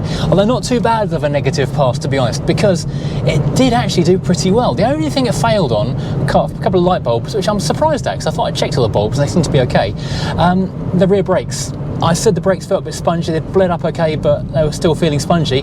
Turns out the handbrake, the parking brake, if you're watching in America, works absolutely fine, but the foot brake is putting like no power at all onto the disc. Well, it's drums, sorry, drums, not discs. So that means I've got to get the rear drums apart and in all likelihood replace the wheel cylinders that go in the drums, which I don't think is too expensive and hopefully won't take too long either, and with a bit of luck I can get a retest later on today, and fingers crossed we'll have this thing road legal by tea time. But I'll tell you what though, it does drive really nicely. Considering it's 130,000 miles and it's been sat in a garden for the last nearly a decade, it's absolutely lovely. It's really appreciating the premium fuel that I dumped into it, because that's absolutely purring along now. No bother there whatsoever, loving the drive there. I've just indicated left, and I don't know if you can hear that. That's right indicator, that's left indicator. The bulb, it wasn't doing that before. Right, I'm out here in the driveway now. I've got the car on the jack, got the wheels slackened off with the big beefy undoery thing. Let's whip the wheel off and start looking at a drum brake, because believe it or not, despite the fact I've been driving cars since 1992 and I've owned something like 40 something and worked on dozens more, I've never worked on a drum brake. I don't know how that's possible. I've owned a couple with drum brakes. I had some Escorts back in the 90s. The Freelander has got rear drum brakes. I think actually my 216 SI Rover R3 Bubble might have had rear drums, but I've never had cause to actually whip one apart. So there we go, a drum brake. How does this come off? Is there a screw on it or something, or does it just lever out? At least there's not too many spiders on there, else I've been on and off with this thing a few times. But the handbrake is off, the brakes are off. Now, I can't see a screw, so I'm guessing this is a wiggle off. Incidentally, I've only got 2 of these left in stock, so before I order the next batch, which might have some changes to them, I haven't really decided yet. If you want to grab a mug in a hurry, today's the day to do it. Okay, right, so I've been on Talk Ford forum and I've been on a couple of YouTube videos because I couldn't see any means of releasing this apart from a couple of screws on the back, which I don't think hold the drum on. And basically what they're suggesting, and I'm quoting Talk Ford directly, is to use a Manchester screwdriver to free this thing off, and it should literally just slide off. Apparently sometimes you get 1, 2 or 0 retaining clips on here.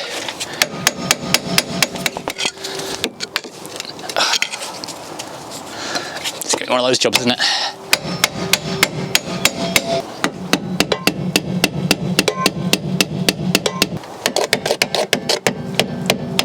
Oh well, let's kind of move then actually. Oh, I'm seeing motion. Well, this is a bunch of fun, I can tell you.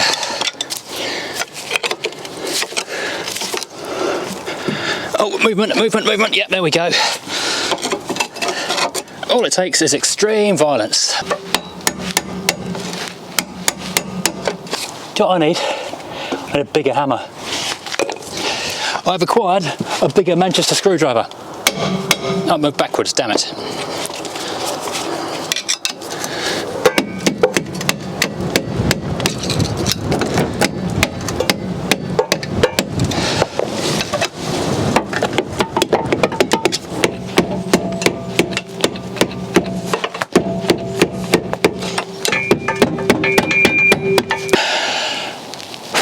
This is meant to be the easy bit.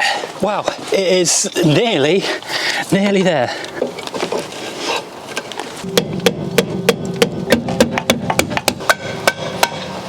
Hooray! Well, that was easy enough. So let's see if the handbrake mechanism works. So the handbrake works. Now we've got the new components on the van over from the motor factors, but let's just put my foot on the brake and see if anything happens when I do that. Okay, so right, apparently what I do is I free off this top spring somehow. Looked easier in the video, I've got to say. And then I can remove these, disconnecting the handbrake assembly at the bottom, which I can see down there.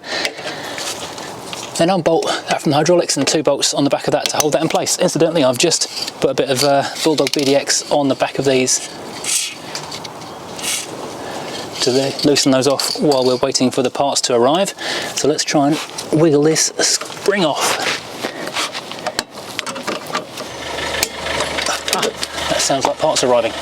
Well, delivery man's just been and dropped off a pair of these wheel cylinders, which looking at them are correct, which is nice. I shouldn't be surprised, they're pretty good down there. A company called JR's, a local independent local group, and because the car did so well on the MOT, I even treated it to a new rear wiper. So I'll plop that on there before we go back to the garage. Meanwhile, let's keep on plugging on. We're trying to get this spring detached, which, as I say, looked so easy on the video, but does not want to move at all in reality. I'm just going a little bit off script because I can't get that top spring to disconnect, so it's going to disconnect these clips that hold the shoes down.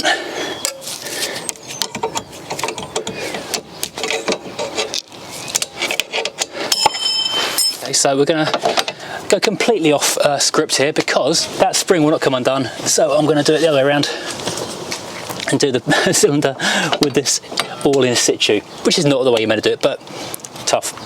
So what I need to undo here is this, which I think is an 11mm, and then the tubes, and just remember two 8mm bolts which hold the cylinder to the backing plate. Let's slacken everything off while it's all bolted to the back of the car. That's actually not too tight, believe it or not. Now I do have actual proper brake line spanners, but they're over in the barn, of course, which is always the way. Whatever I need is in the barn. I didn't get an 11mm spanner. I'm an idiot. I've dumped some more Bulldog on there because Bulldog, which you basically have to buy either from the website itself or if you see me at a show, I'll sell you a can of it, is amazing. There we go, that's freed off. It's actually Imperial. I did bring a 7/16 as well. Yeah, 7/16 rather than 11mm. Just going to whip off those 2 little bolts. So when you're working in a drive like this where you can't really see what falls on the floor, magnetic tray is an absolute essential. And you don't lose all your screws and nuts and bolts around the place. Incidentally, all the tools I'm using are available on the Amazon affiliate link in the description below. Right. Let's get this one ready to go straight in there.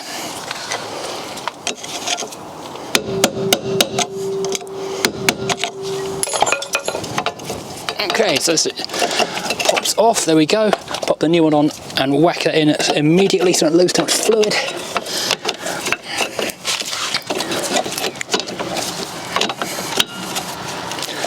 That's all bolted up and tight. But once again, looking at how this works, it seems so much easier when you look at it on the video as to how you actually do it, because you put that in there and they just slip it in there, click it in, and in it goes. This does not want to do any of that at all.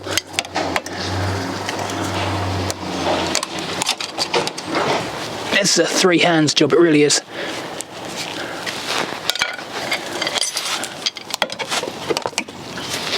There we go.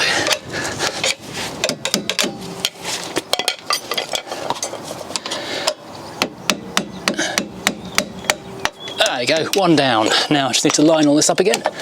There we go, and pop the other pin through, and we are good to go. It'd be so much easier if these pins actually kind of screwed in or something. If they just fall out when you try and push the anything against them. Hurrah! It's in. Just now I just need to bleed it up and hammer that drum back on there.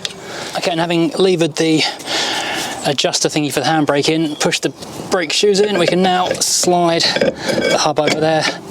Ta-da! Job done. Let's get this wheel back on and do the other side, and hopefully that'll take a bit less time. I was going to say, now that I know what I'm doing, I still know as little as what I was doing just before. Just how recalcitrant will it be taking all apart?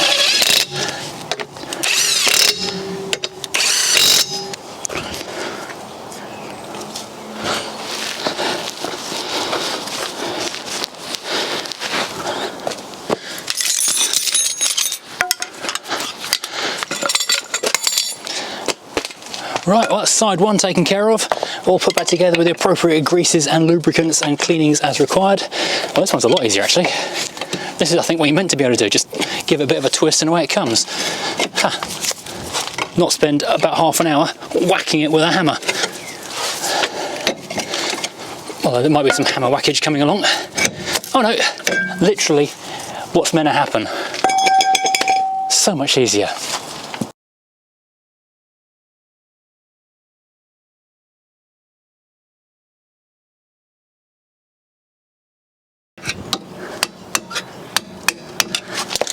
Hooray! Okay, so that, apart from bleeding, just need to finish off by flicking the reset thing around, which is quite tricky on the other side, and then we're done.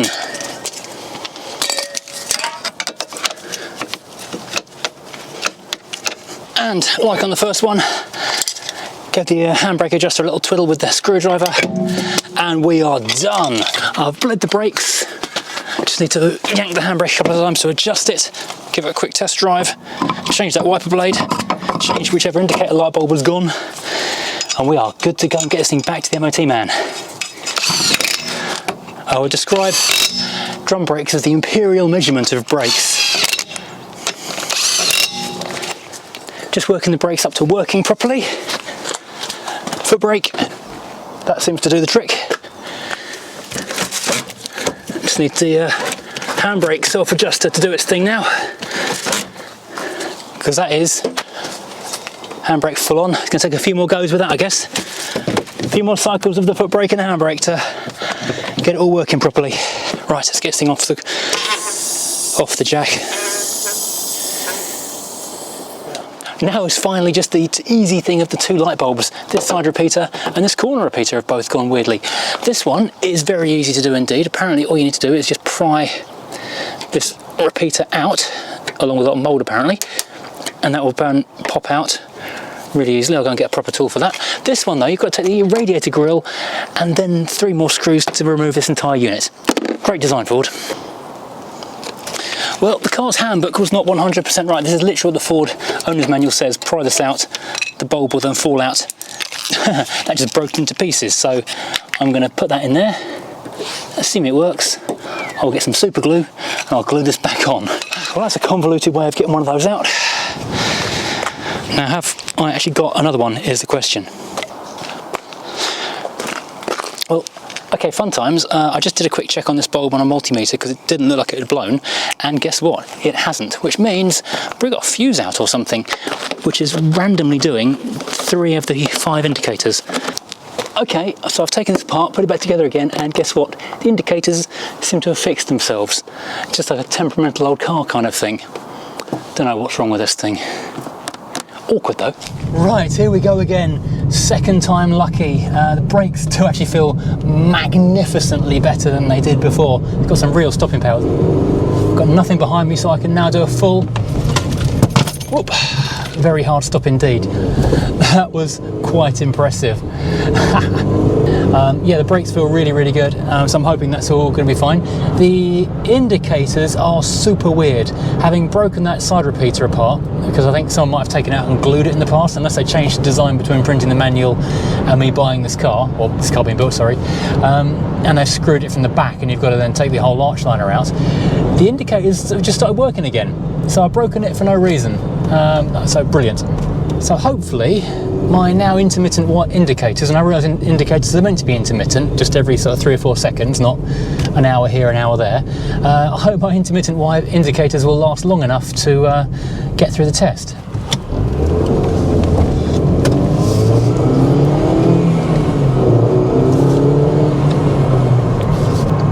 Oh, the interior light doesn't work. Oh, it does work. Well, amazing news! We now have what I can only describe as now a positive pass, an actual confirmed pass with a bit of paper that says this car is road legal. Woo! That's Furious Junior in the corner there. We've got tax on it, we've got an MOT on it, we even insured it, so we're properly legal. So all that's left to do now is to sort the headlining out, because that's pretty miserable. But this car is fantastic. It drives absolutely beautifully. The only worrying thing with this car now is whatever is in the spare wheel well and rattling really alarmingly every time we go around a corner, which isn't a big deal. We think it might be a dead rat. Or a mutated rat. Oh, it's a mutant rat that's just now just a mutant rat skull, and so yeah. Probably no big deal, I don't think.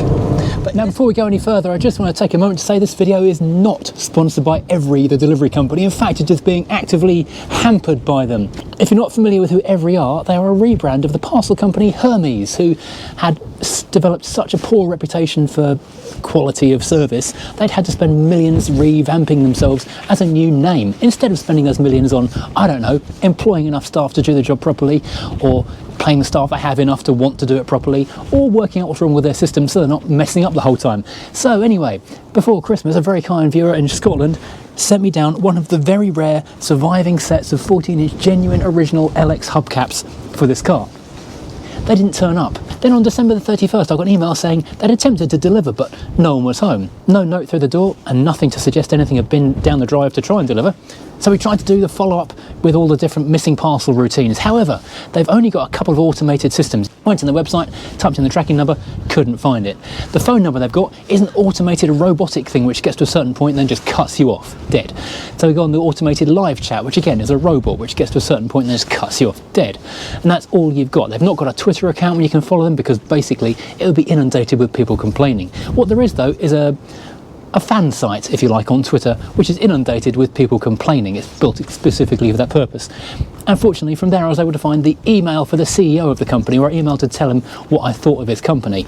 A couple of days later, I did get an email back from someone saying, okay, send us the details of what you've got, where it's come from, all the rest of it, and we'll see if we can look into it. So I did. And a couple of days later, I got an email back saying, tough, we can't find it. It's gone. Good luck with that, mate. You're on your own. Basically, mic drop, we're out of here. So all I can suggest is, if you have anything of any value to send anywhere, don't use Every. This has been my TED Talk. Oh, it's nice and warm in here now. So this car, I could now have sold 10 times over. It's been wildly popular here on YouTube, and everyone seems to have liked it, and a lot of people apparently are quite keen to buy it as well, so I'm very grateful to all of you who've sent an email. And the way I was trying to play this was first come, first served, trying to keep it as fair as possible. The person who bought Quentin was actually really interested, but ultimately he did change his mind about it, and so moved on to the second person, and we've got a deal which has been arranged for later in the week, so hopefully you'll see that video very shortly indeed. We've discussed what he wants doing and how much further he wants to take it. He's happy to do, or have the cam belt done. I was keen not to do the cam belt for two reasons. Firstly, there's room for error. I could wind up destroying this absolutely sweet engine. Secondly though, the time of year we are in January. I don't know if you know anything about how YouTube pays your bills if you're a YouTuber, but January is the worst month of the year for getting paid. And the cost of the parts and everything, I'm not even sure the video would cover the costs of doing the job. So from that point of view, I'm happy not to do it. He does, however, want the headlining done, which I'm also very happy to do, because I don't want to be sending a car out of mould in the thing. I have arranged to do it in a couple of days' time with a friend who's got a heated double garage, but that is on a proviso that his classic cars don't go out in the rain. Anyway, it looks like it might rain tomorrow, so on Sunday I came out to do this and I thought about it, but it was absolutely bitterly cold and I didn't want to risk shattering this plastic, so I come out today and it's bitterly cold and it looks like it might rain, but I'm running out of time. So I've put the heater in here to try and warm the interior of the car up so the plastics are a little bit softer to the touch, and so we've got less risk of shattering. So what we need to do to undo and remove this headlining is undo everything that's holding it to the ceiling, basically. So remove these hand pulls, 2 screws in each of them, pull out these A, B and C post trims because that is also supporting it, take out the screws that hold these up because that supports it, the lamps in the front, and there's a couple of clips in the back, and the whole thing should just drop down really, really easily. I mean, how hard can it be? As they say. Oh, I found a fuel card or something. Oh, it's an RAC card. Oh, that's interesting. Gosh, there's no mirror in this. LX base spec. Okay, so let's have a look at getting this stuff down and hopefully without damaging anything. Okay, starting from the back, these panels simply just clip out. You have to, first of all, go into the doorway, pull the rubber door trim down to free it out. Then that pulls free, so then that is now, apart from the rubber trim on here, that is basically free. Going to close that, get the warm air in. Oh, those new struts are good. These come away surprisingly easily. Just pry the end out from the middle and unscrew the bolt, or screw I should say, and obviously keep the screws somewhere safe. You can see the original colour of the grey felt there. Whoa, okay. Right, having done that, all you need to do is pick that little plastic tab there, undo the single screw, and out that pops, and then you've got your B post removed. I think the A post is just simply going to pull. Driver's side though, you haven't got a handle, you've just got 2 little blanking plugs, so pop them up next and then onto the front. Oh, well, this is interesting. You pop these little plastic covers off and there's actually nothing behind them, they're just blanking plates. Oh, that pops off almost too easily. Just a couple more screws here, 2 on the end, little plastic cover there to reveal whatever screws underneath there, so it's 3 screws per side. Then drop that lamp and pop that off. We are there, virtually.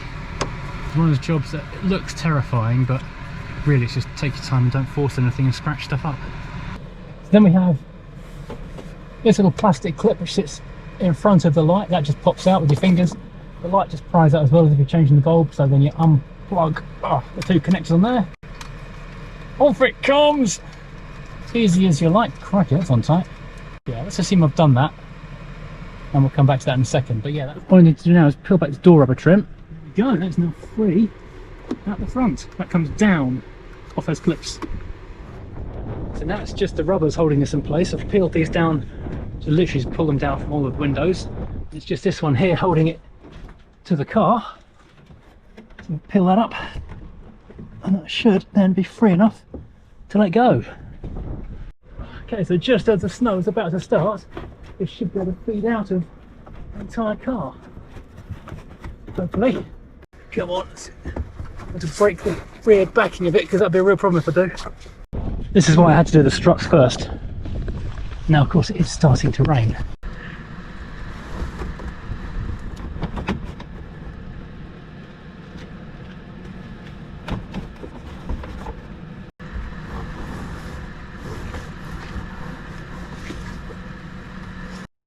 And it is out. So now I'll be peeling this off, the backing. You can see the bit I've cleaned because it's all lovely and shiny, although it's not particularly well stuck, or at all stuck in fact, to the background. Oh, yuck. So I'm doing this inside the garage now. We're resting on the boot of the Rover. Rover Mercedes. Very used to saying that. This all just peels off nicely and goes straight in the bin. Okay, so now we're indoors in the garage, and after several fun-filled, well, no, enduring quite a long time of scrubbing with a wire brush, I've now got back to pretty much all of the fiberglass base of this thing. That's as good as it's going to get, quite frankly. I've just been a bit of mist over there. And now this is basically the same routine as when we did the Volvo, in as much as I'm even using the same adhesive as I used when I used the Volvo. I've gone back to the same place I bought that from during lockdown, in fact. I did think I had some leftovers that might be big enough, but they weren't quite big enough offcuts, and somehow managed to buy far darker fabric than I thought I had. But do you know what? It's now sporta because it's dark. Black headlining means sport, and it's a Ford, so it's sporty, which is good. So I'm going to call this a win rather than a mistake. So what we do is basically we lay the stuff out on top of here, cut it roughly to size, or a bit oversized in fact, spray half the thing, spray half the back of that. So we still are in a bit of a mess in here because when the Rover V8 disappeared off to be worked on, the car was very full of stuff and everything got emptied out of the Rover and into here. So, okay, yep, that's all good there, all good in the hood, as they say. I have dusted this off quite extensively and I've used the air compressor to blow as much dust off as I can, but there's still lots more of this foamy backing stuff. This particular roll is 1.4 meters wide and I bought 2 meters in length of it. I think it's about 12 pounds, and no, it wasn't even that, it was about 8 or 9 pounds a metre plus postage and VAT, so all told it cost about 25 quid, including delivery home. And I want to make sure I've got some nice decent size offcuts of that, because I've got another little side project for the leftovers when we're done. So what we'll do, rotate this, that'll be easier. I'll do one half at a time. Now, having done this really awkward way, I'm sure tomorrow is going to be bone dry and I could have used my friend's garage after all, but assuming the worst, because it usually is the way it goes, a W123 does make an excellent table. Good work height actually, a W123 bonnet. Make sure go around the edges as well, because then it's to wrap around. Incidentally, this bonnet they're working on is actually going to be scrapped, so it doesn't really matter about much really. When we're putting the lid on, fold this back over here and press that. Oops, try and get it flat obviously. Press that into the shape of the roof. What I found with the Volvo is that it was amazing how quickly everything just shrunk into place. And the creases and the lines and things just disappeared completely. I mean, even with the Volvo, the headlining broke when I was putting it back in again because saloon. I had to repair the headlining. And it really didn't show at all. You know, this is the trickiest bit here because there's quite a shape just there for it to morph into.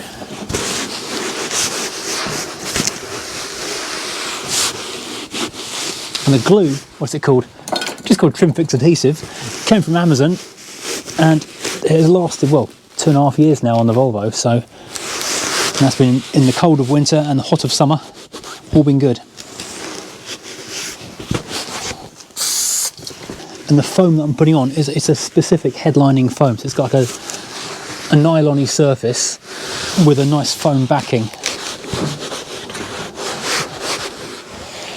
There we go, that's taken that quite nicely.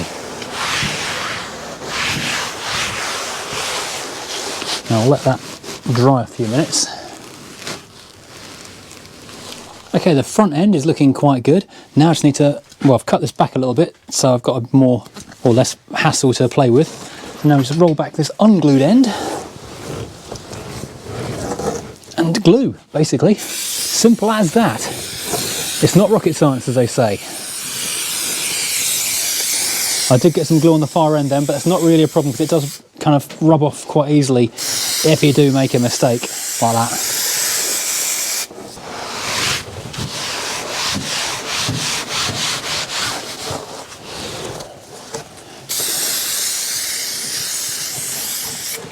I will mention, because I always get people pointing out the health and safety aspect of anything I'm doing, the garage door is wide open over there and it's blooming freezing. Okay, so that is basically it now until morning. So I'll just basically leave this now to dry.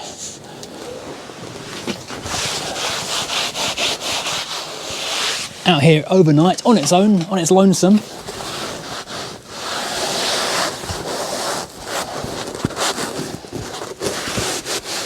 yeah, let the glue settle off as needs be and come back to it in the morning.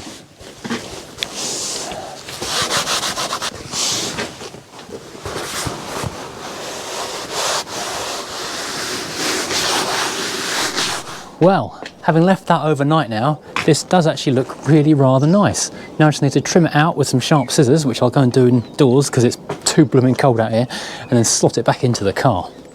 Right, having taken it indoors and fettled it with some sharp scissors and a sharp knife to get the little holes and things cut out, it does look like a proper actual roof now. Really quite impressed with it.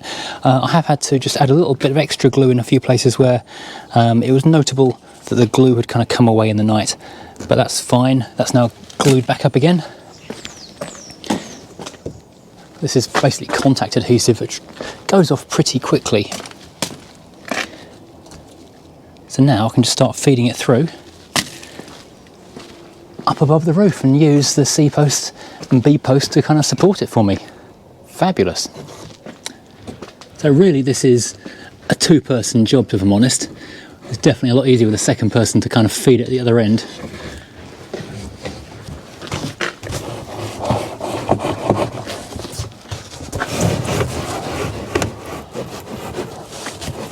Right, now just gonna make sure we feed things around stuff rather than crashing into them and keeping on pushing.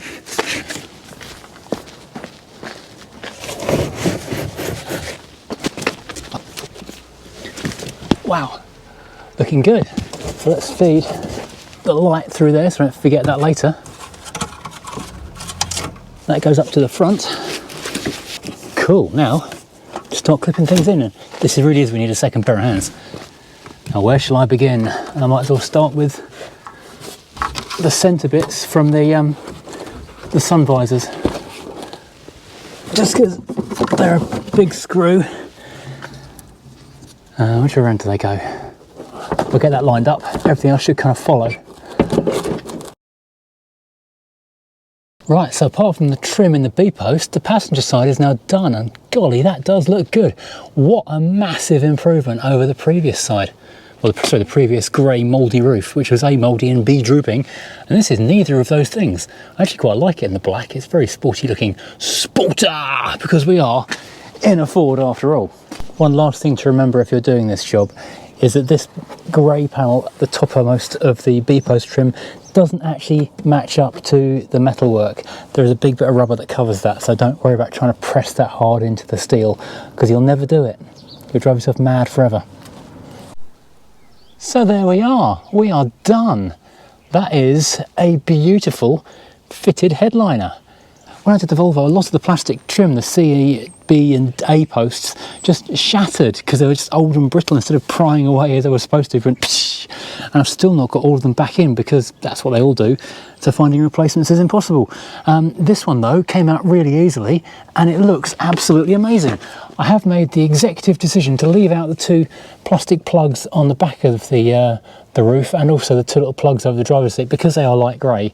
They will stand out really obviously. I'll supply them with the car, of course, but I'm not going to fit them because I think they look a bit too obvious.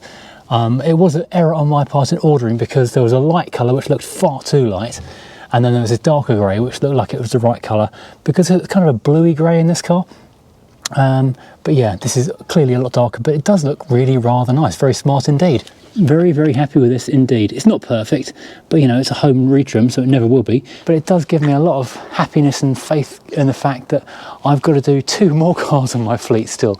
The 200 VI over there and the 420 GSI Tourer both need headlinings doing because they've all got the same 90s problem of foam-backed stuff and the foam disintegrates and so it just falls away from the backing. And a few people did actually comment in previous videos, why don't I just undo some of the screws and squirt glue in there to pop it back up again?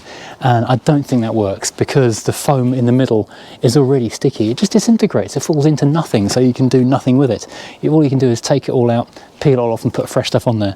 Also, the car smells a lot nicer with that gone because I think a lot of the bad smell in the car was coming from the old headliner. The old fabric and the foam was really holding the grot. So with that gone, the car looks and smells better. I'll get out about 500 quid in the price of this car for that £25 job. So we are now basically done with the Mondeo. And today It's kind of a sad one, but also a happy one as well, because this is the last ever episode of the Mouldeo. This is the car we rescued in early December from a garden in South London where it had been sitting for the best part of a decade. The day has come, the day to say goodbye, because although I do like this car an awful lot, I really am becoming very fond of it. The objective with this car was always to buy it cheap, fix it and sell it, if we can, for a profit.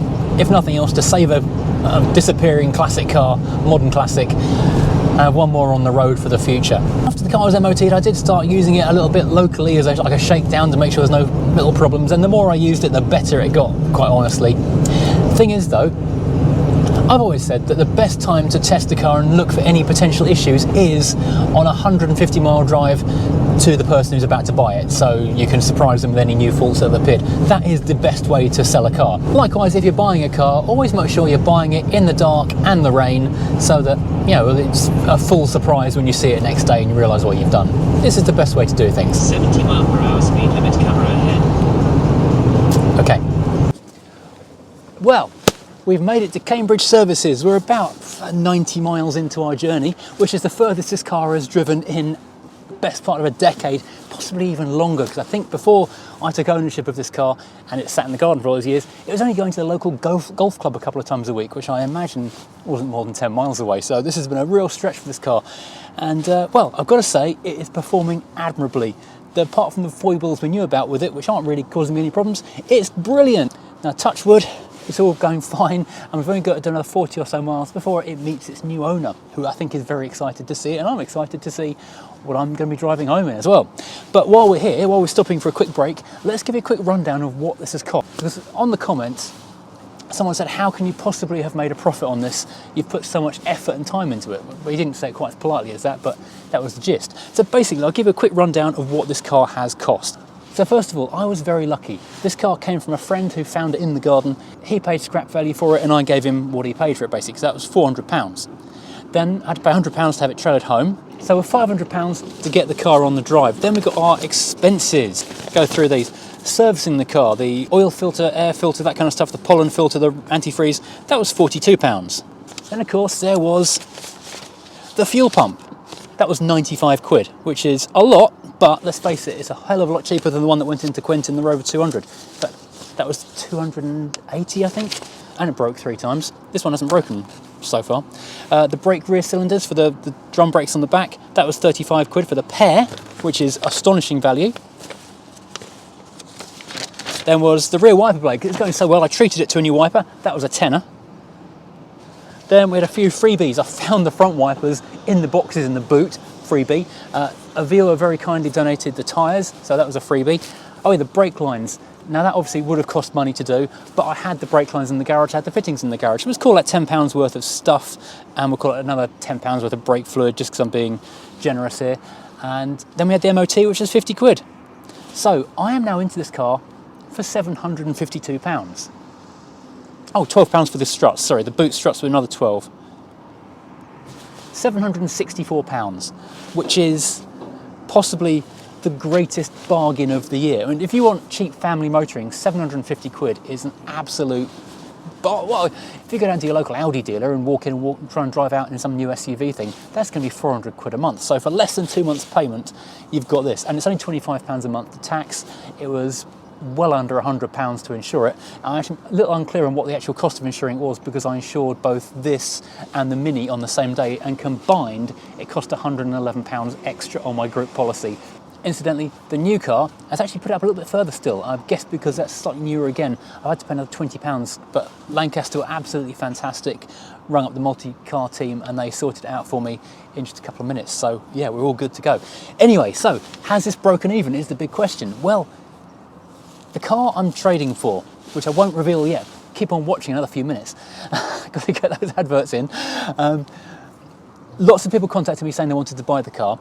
The first person to contact me, I think it was probably even off the lorry, was the guy who bought Quentin the Rover 200. He then changed his mind, and another friend saw it, and he was next up. He wanted to swap the car, which initially I wasn't that keen on, because, you know, I wanted to get the money straight away, but he was offering me a £1,500 car, which is what he was going to put his car up for sale for, plus some extra money. And I said, well, do you know what? it looks probably better in the photos than it does in reality. Let's do a straight swap. I know you, you know me, I'm not going to mess you around, you're not going to mess me around. It's going to be an easy swap, and I know the car's going to a good home because I know you're a classic car person, so I know that you're going to look after it. You're going to use it as a retro family car, but you know how to look after a car and how to keep on improving it. Where I've stopped, you can carry on. So that was the deal. So this car basically has made £1,500. So I'm £750 in profit in that case, if you want to look at it that way. The only thing that's really I can't account for, which I'm sure will be in the comments, is time, because it has been a lot of hours lying out in the cold. But, you know, I'm not paying for that. If I was having to pay mechanics for it, then obviously this would not be an economical build. However, because I'm doing this myself, I could theoretically, rather than doing it on YouTube full-time, I could have been doing this in afternoons and evenings and weekends and doing it over a couple of months, getting it done. So yeah, it's definitely doable. So yeah, the car has made a profit, it's done what it was meant to do. It wasn't as quick a flip as I wanted it to be, but it was still a successful flip. So yay, go Mondeo. All you got to do now is another 40 miles, and don't break down until after we sign the paperwork. You can do that. I mean, it is running so well. It was minus something again this morning. It's well below freezing. Turned the key and it fired up immediately. The heated windows just did their business. The car just defrosted itself. It was fantastic. This is such a nice car. Right, I'm going to get back on the road again. Right, we are here. We've reached our destination and we're going to see what we've bought or swapped for. So first of all, here is Tim. Hey, Tim. Have some keys to a new shiny Mondeo. Fantastic. And let's see what we've got exchanged. Hide the camera. Goodbye Mondeo. Hello Beetle. Beryl the Beetle, no less. You didn't see that coming, did you? So yeah, this Mondeo has been absolutely transformed from a mouldering wreck to, well, actually it's pretty mouldy again now after 150 odd miles in the snow, but it actually is quite shiny underneath all of that. I'm sure it is. I'm sure it is. So yeah, Tim, are you happy with your new Mondeo? Oh, it looks lovely. Yeah, my son is going to be made up. He is absolutely obsessed with this car. So he's been watching it ever since it first arrived on your driveway. So he really did not want to go to school this morning. Oh. But Tim, I was really happy was going to be the new owner because Tim has got a collection of other cars. What have you mostly got, Tim? Hillman Imps. Is it Mr. Imp? Well, yeah, something like that. So he knows old cars, so he's happy with old cars and can go through the remaining problems with the car and keep on making it as good as it needs to be. A continuing fun project, which is kind of what I hoped would happen. Yeah. So shall I talk you through what's the foibles? Yeah, go for it. Okay, right, so it's missing this little bit of trim just here. Gotcha. I can't find that anywhere, but you can probably go to Woolies or somewhere and buy some other random black trim and glue it on there. No problem. New headlights about £30 with it fitted, but it's a lot of money for a... It is, rather. Yeah. Yep. It's a little knock just here, and someone painted it not very well. Yeah. But, you know, that can be sorted out. That's minor bodywork. Yep. Yep. Flaking a little bit of paint on that A-post. That's all right. Yeah. That's only satin black, isn't it? Basically, yes. Yeah. Every have lost the hubcaps. If they ever do turn up, I'll forward them on to you. Yeah. I've been watching all about that. Oh God. Every. The wipers were in the boot. They're not the best quality wiper blades, but they do pass an MOT and they do work. Right. But, you know, okay. No problem. It's flaking a bit of lacquer just there. Yeah. Yep. Got it. Driver's door lock. Yes. For security, like in a police car, only does the driver's door. Gotcha. The passenger door does do the other three though, which is fine. Yep. And it doesn't like the cold. If it's very, very cold, you'll hear the key turn, but it won't actually electronically unlatch anything, so you're locked out. So make sure you keep the passenger door free as well. Oh, okay. Yep. No problem. Okay. That door handle doesn't always go back, even though I've oiled it extensively. Okay. I'm sure with use that will come back. Yeah. There's so many with use things. Exactly. Exactly. Radio. Yep. Was working only on everything apart from the driver's door. Right. Now it's swapped that, so it's only the driver's door. But every time I pop the security code buttons off, it changes what it will and won't do. So I think it probably wants the contacts all cleaning. Yeah, it does. I think pop that out and clean it, but that's the kind of thing you're kind of good at. Well, so electronics is another one of my things. So that won't be a problem, I don't think, for you. Yep. Oh yeah, this doesn't always retract as quickly as it should. Yep. Sometimes it does. Sometimes it whips straight back, and other times it doesn't. Okay. Oh yeah, the fuel filler. What you need is your nectar card. Pop your nectar card in like that. Run to the front of the car. Pull the handle.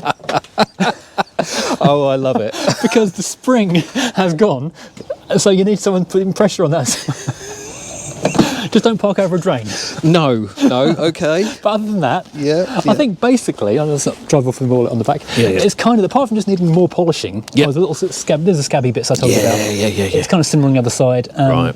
Well, Yeah. I mean, even new arches on this are pennies, so But I it's don't think not it a actually problem. needs new arches. I think No. it just needs, as I said, Bit of treating. treat it now, Yeah. and it'll be saved. Yeah. And it's Yeah. called petrol blue. Quite It weird is. actually, because my Mercedes 123, which I'm restoring, is also petrol blue metallic, and this is petrol blue metallic. Totally different colours. Yes, they are. Yes, yes. You've got the black headlining, as we said. Yeah. I didn't put all the fittings back in because some of them was just superfluous. Yeah. But you could marker pen them and fit them. Oh, yeah. You could do. Could do. Yeah, that's basically it, really.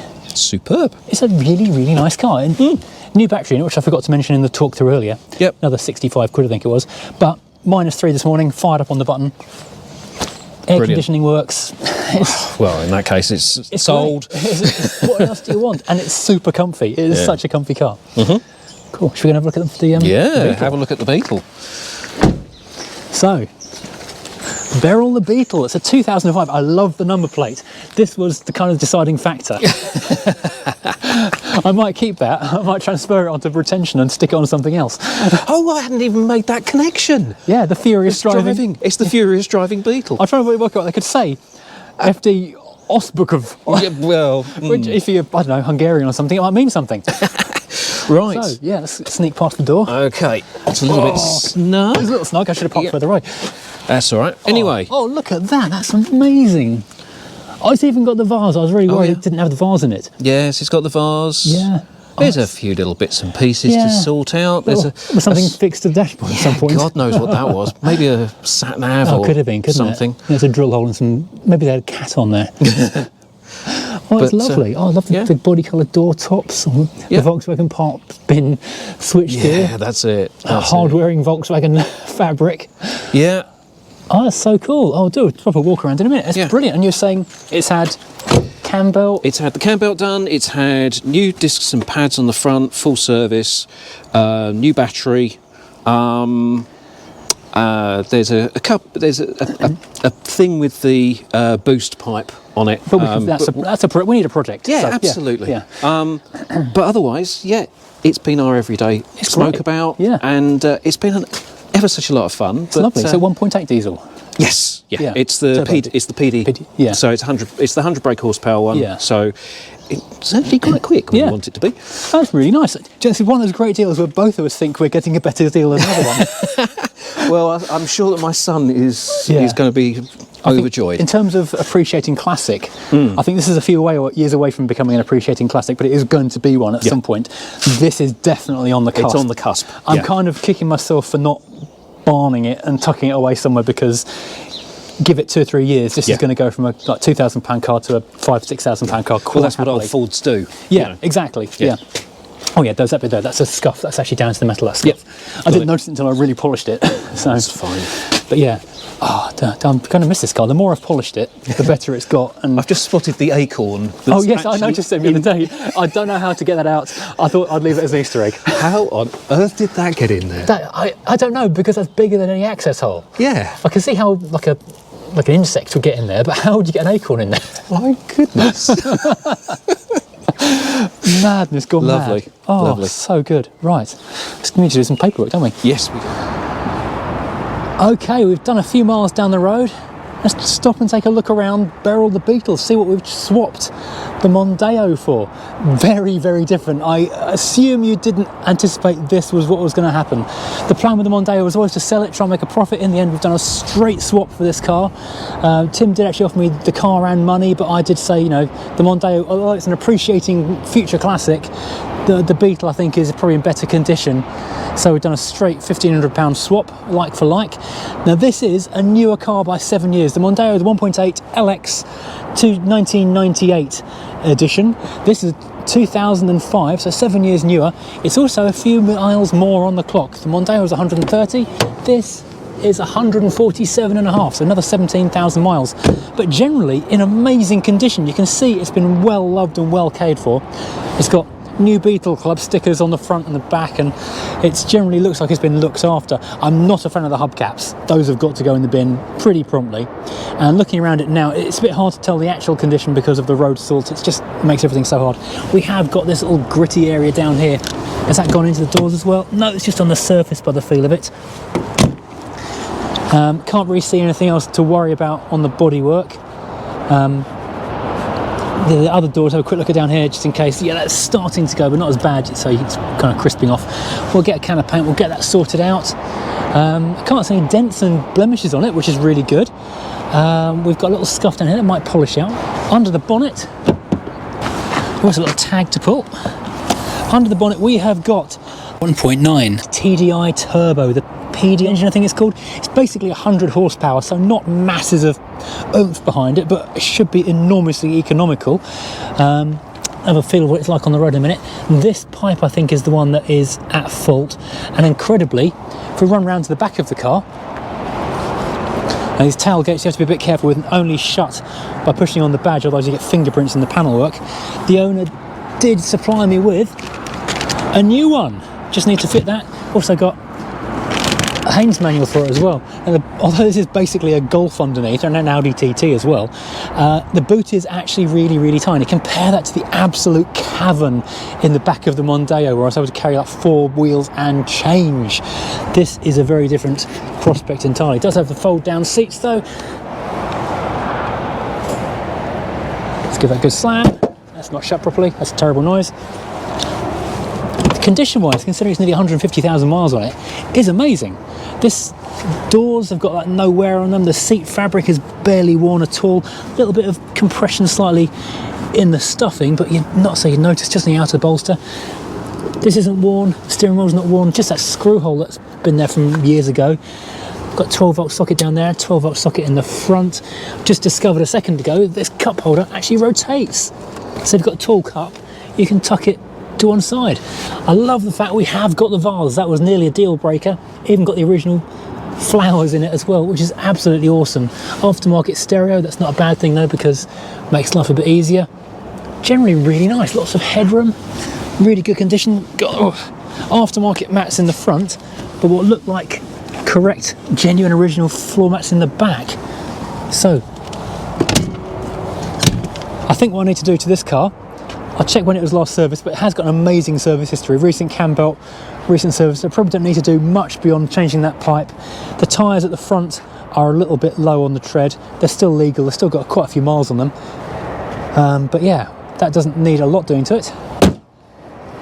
So tyres, pipe, polish, doors, then get this on the market. The Mondeo, I really was quite keen on keeping, but the whole point of the series was to sell the car as fast as possible, and we kept it, I think, about 5 weeks in the end, which I think is the quickest I've ever owned a car. I think even the Hyundai Coupe we did for the cheap car challenge up at Santa Pod didn't really even have that very much different length of time. So yeah, that was fun. We can get back in the car, it's absolutely freezing, and it is a diesel, and I've done a couple of miles, but the heater hasn't really done a lot yet. Oh, wow. Feel that diesel chug. Right, let's get back on the road and get home and see what this is like on the motorway. Right, let's get back out of here. It's a long way back out this industrial estate.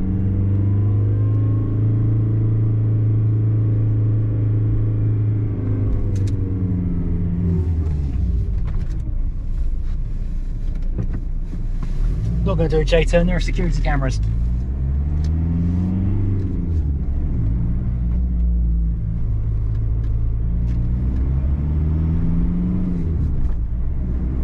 Quite pokey at low range.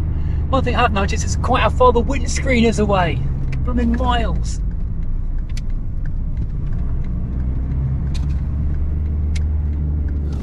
So I just jumped off the A14, making our first stop, one for petrol. No, diesel, don't forget that's diesel, not petrol in this car. Which side is it on? I don't know.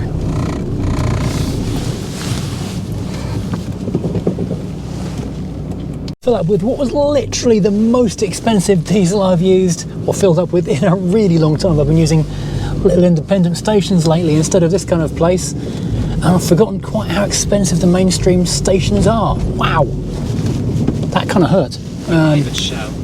I'm leaving Shell. Okay, so here's where we feel all of our 100 horsepower neighing with rage as they scream up this slip road. The tiniest little rev counter in the bottom of the speedo down there.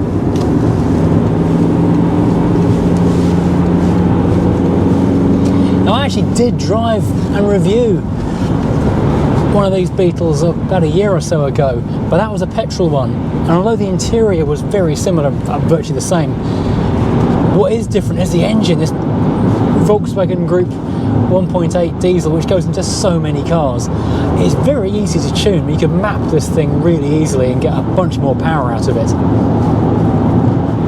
This is the same platform as so many other VW Group cars, the Golf, the Audi TT, the A3, the Leon. It's a massive platform sharing deal.